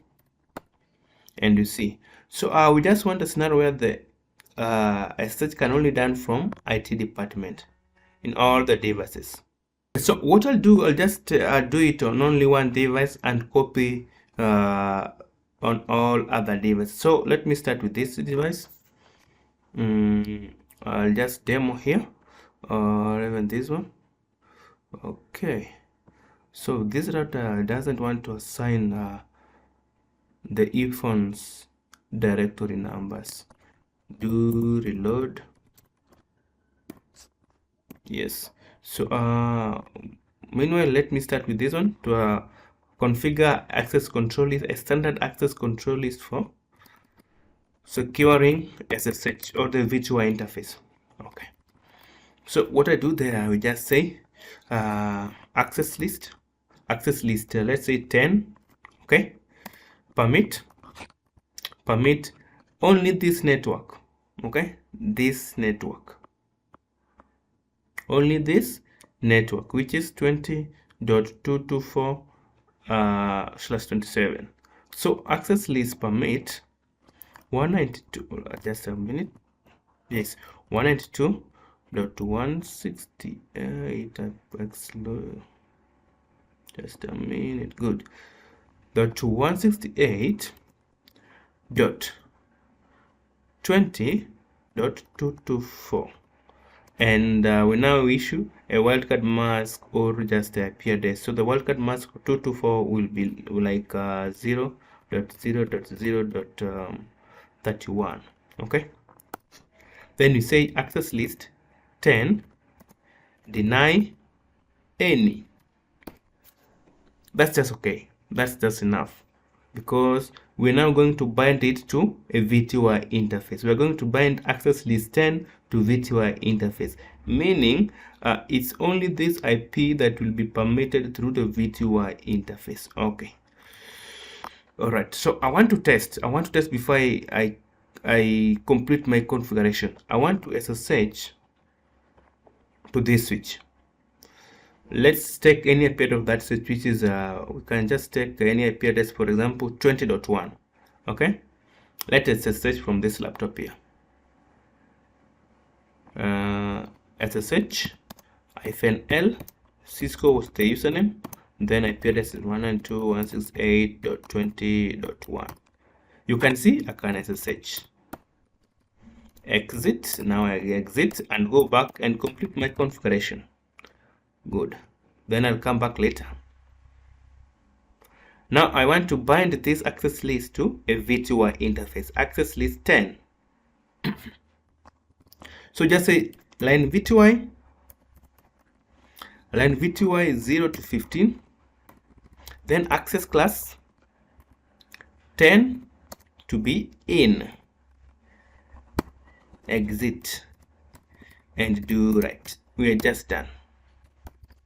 Now let's go back and try to SSH. This one. I just try to SSH again and do right. You can see connection refused by remote host. That's the function of access control list on the VTY access, VTY interfaces. So I'm going to try to SSH on from ICT department.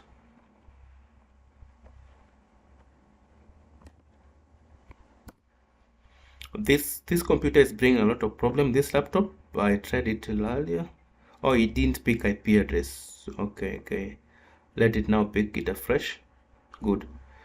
Oh, it can't pick IP address.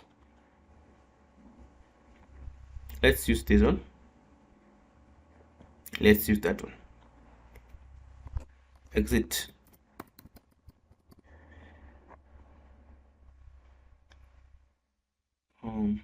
What's wrong? Exit. It's not working. Good. Now let's SSH. You can see it's now working. Okay, so we are going to write commands on Notepad and copy paste to all other switches. So how do we configure a standard access control list for virtual interface? You first specify that access list 10, then permit this the only network that you've been told to do 20.192.168.20.224. a wildcard mask of 0.0.0.31. okay, then access list 10 deny any. Okay, all right, so let's enter line VTY 0 to 15, then access class 10 to be in. Okay, exit and do right. I copy to all other remaining devices. For example, start with this one. Start with this router here.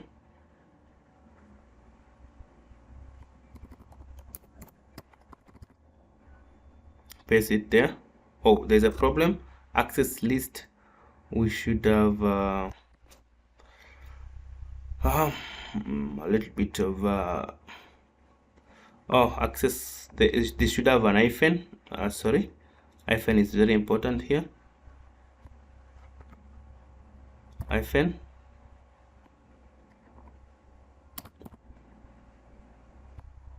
Hyphen. Copy. Then I go back to this and now I paste. Okay, now that's okay. Then I do for all other devices very fast save time. So let's meet later. Okay, so there was a time that I was trying to search on this router from HR department using this laptop. I want to repeat the same step. Exit. You can see connection refused by remote host. That's the concept of access control is. So that's done. Now port address translation. Port address translation, very important now. So before configuring NAT, IP phones were not working, and now let me check if the issue has been resolved. Remember, I tried to I can see something good news here. I tried to reload this router. So whenever something doesn't work, just reload it or just save the packet tracer file, close it, and reopen it again. Let me check if the IP phones have picked the dial numbers. Wow, that has picked.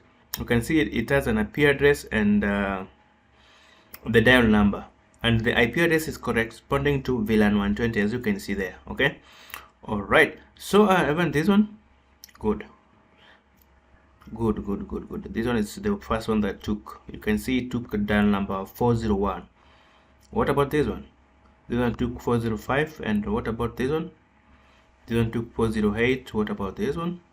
This one took 404. This one took 4010. Wow, 410. I mean, oh, good. So I just want to test if the IP phones are working. I just had to ping from this one. Not ping, just to call. This one 406, and the other one is 410. I mean, so I put it here. Come here. Come with this one. Okay, and I want to call 406 from 410. 406 and call. You can see this one is calling. This one is ringing. Okay, and we can pick up, and you see now they are connected. We can hang up, and now let's try to call 410. 410.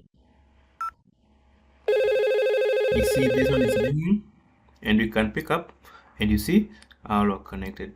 So let's proceed to configure our port address translation. So we are going to use port address translation on this router here. Okay, on the HQ router. So while configuring NAT, we have to identify which interfaces are NAT inside and NAT outside. So for example, this one and this one are NAT inside, while the outgoing interface are NAT outside. So I'm just going to configure that very fast. This one is a gig 00 and gig 02, gig 01 I mean. So interface range gig 0/0 to 1 I mean. Okay, IP NAT inside. Okay, exit. But the two interfaces above, this one is serial 021 and 020. So interface range serial 0/2/0 to 1. Oh, there's a problem in the serial, so just write 020. Oh, serial interface. Where's the problem? Serial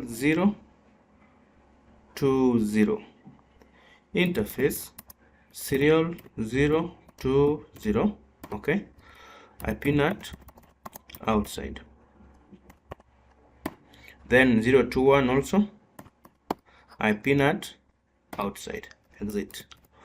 So let's get another access control list to be used during NAT. Okay, so we want to create another, let's say we want this router to translate the internal network, which is when we summarize all these networks, the 5 networks we were getting. So we just say access list. Now let's use this one as 50. Okay, access list 50 permit this network. This is the summarized network .168.20.0 then 20 then 0.0.0.255, the summarized network. Okay, this network represents all the 5 departments. It's the summarized network of the 5. Okay, so this is the access control list to be used during NAT. We're going to use PAT. PAT is port address translation or NAT overload. So let's bind the access control list to NAT. Okay, so we just say access list 50, it's 50.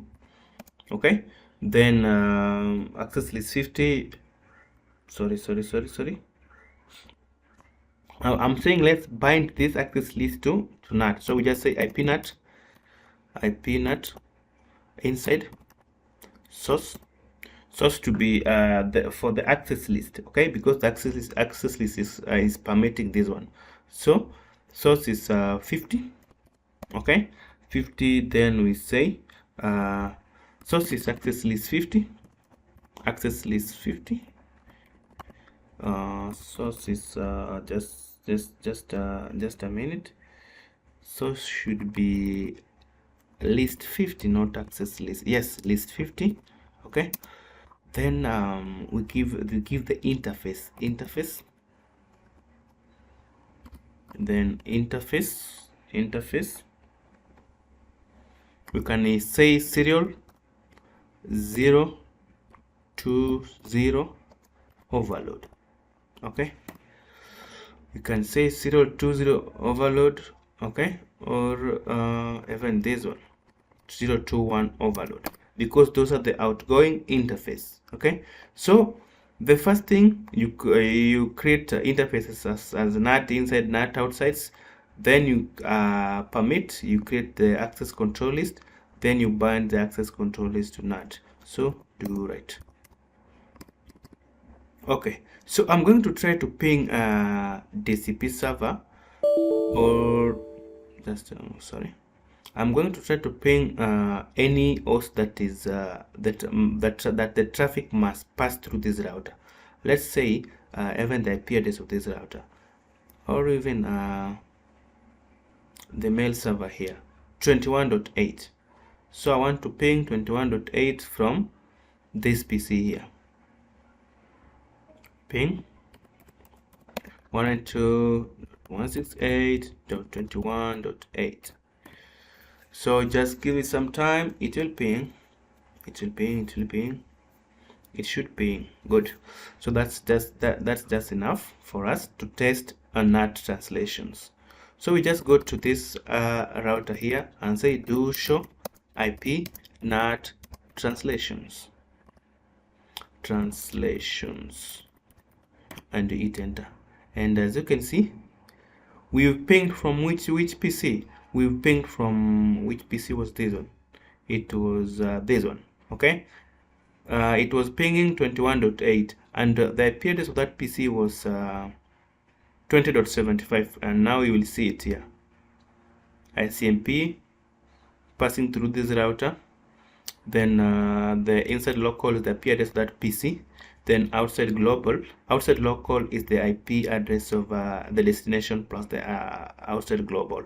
So this is the NAT translated IP address. It has taken the outgoing interface and assigned port number. So very, very important, NAT is working. So let's go ahead and check what's remaining.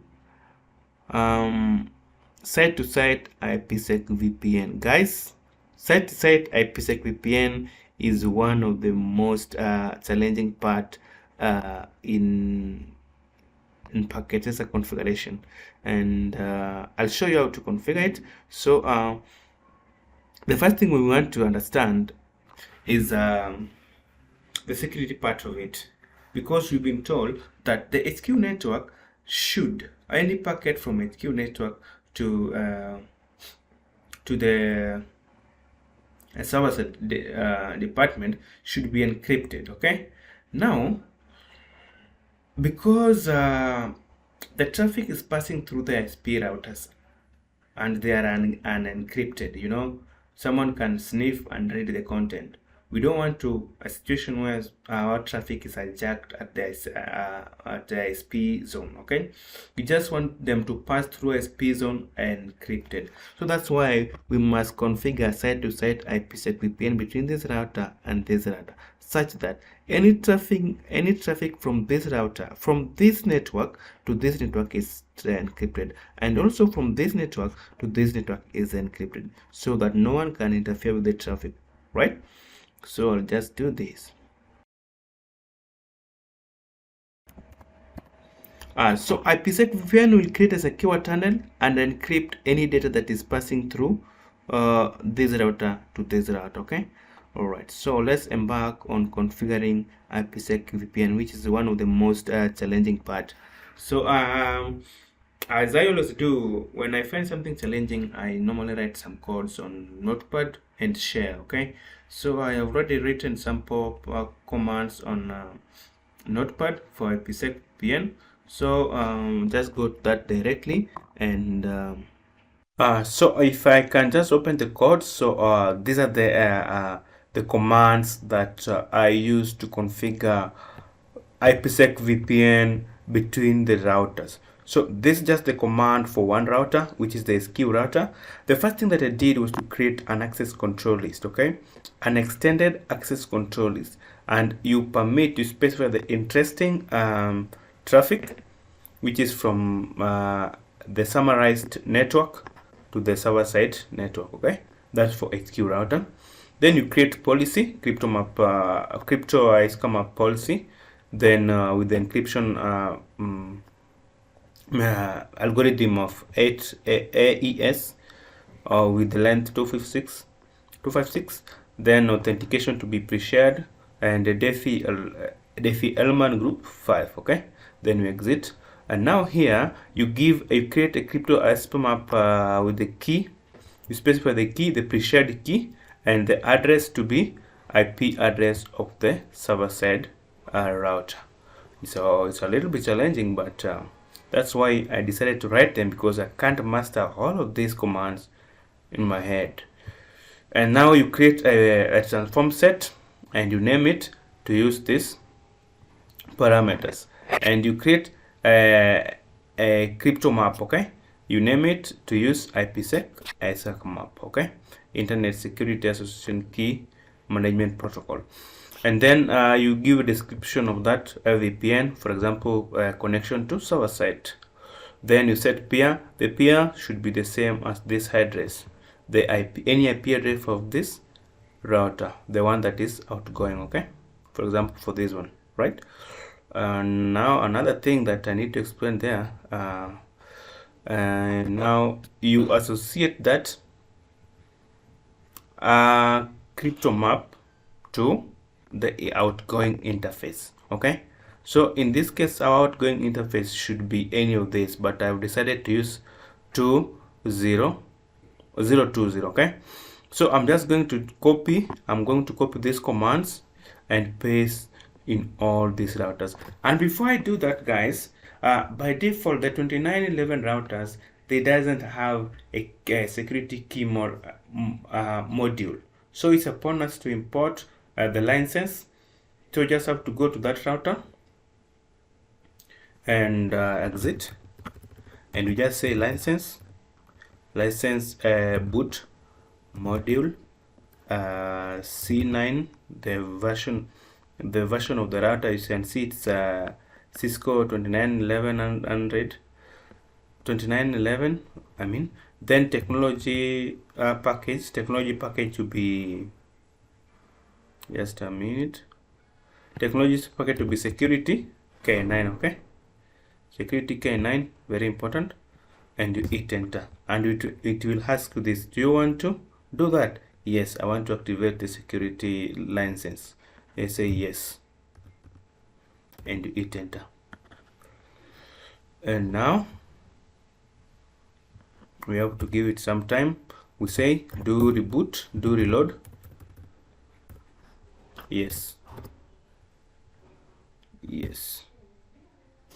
So we go back to this router also, because we want to only implement IPsec VPN on this router and on this router. So we do both for both two routers. Exit. Let's enable the security license module. So just say license boot module C9. Then you say technologies package to be security 9, okay? And you hit enter, and you say yes. And next reboot level, okay? Now just do reload, sorry, and yes. Okay. So I can proceed to configure to paste all these commands that I have configured here, that I wrote earlier, okay? So I can just copy all of them. Then I come to this router here and say exit, and I paste. So everything is just working perfectly fine. I didn't see any error. Now I have configured IPsec VPN on this router. I'll proceed to configure IPsec VPN on this router. So what I'll do, I'll just modify this configuration. For example, the access control list should now be from server side to HQ network. So I just remove this one, this side, I remove it that side, and I take it this side. So it's from server side to HQ, okay? Then we come, only what we change is there and also here, okay? IP address now should be IP address of this router, the outgoing interface, the one that we wrote. It was 200. The IP address of 020. IP address of 020 was 190.200.100.1. So I change it there, 100.1. So if you change it there, make sure you change it here, okay? And also description, change description, VPN connection to HQ network. So that's just enough. Because we still want to use this outgoing interface, okay? All right, so I'll just copy and come to this router, and I paste. and that will mark the end of IPsec VPN configuration. Good. So that marks the end of IPsec configuration.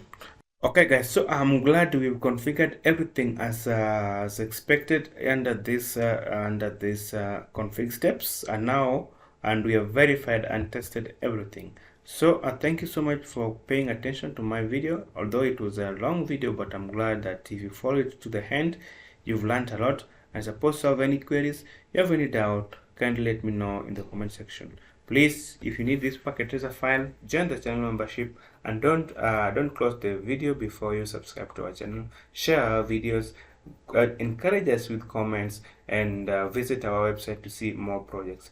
Thank you so much, and let's meet again when we are going to handle the 10th enterprise network project.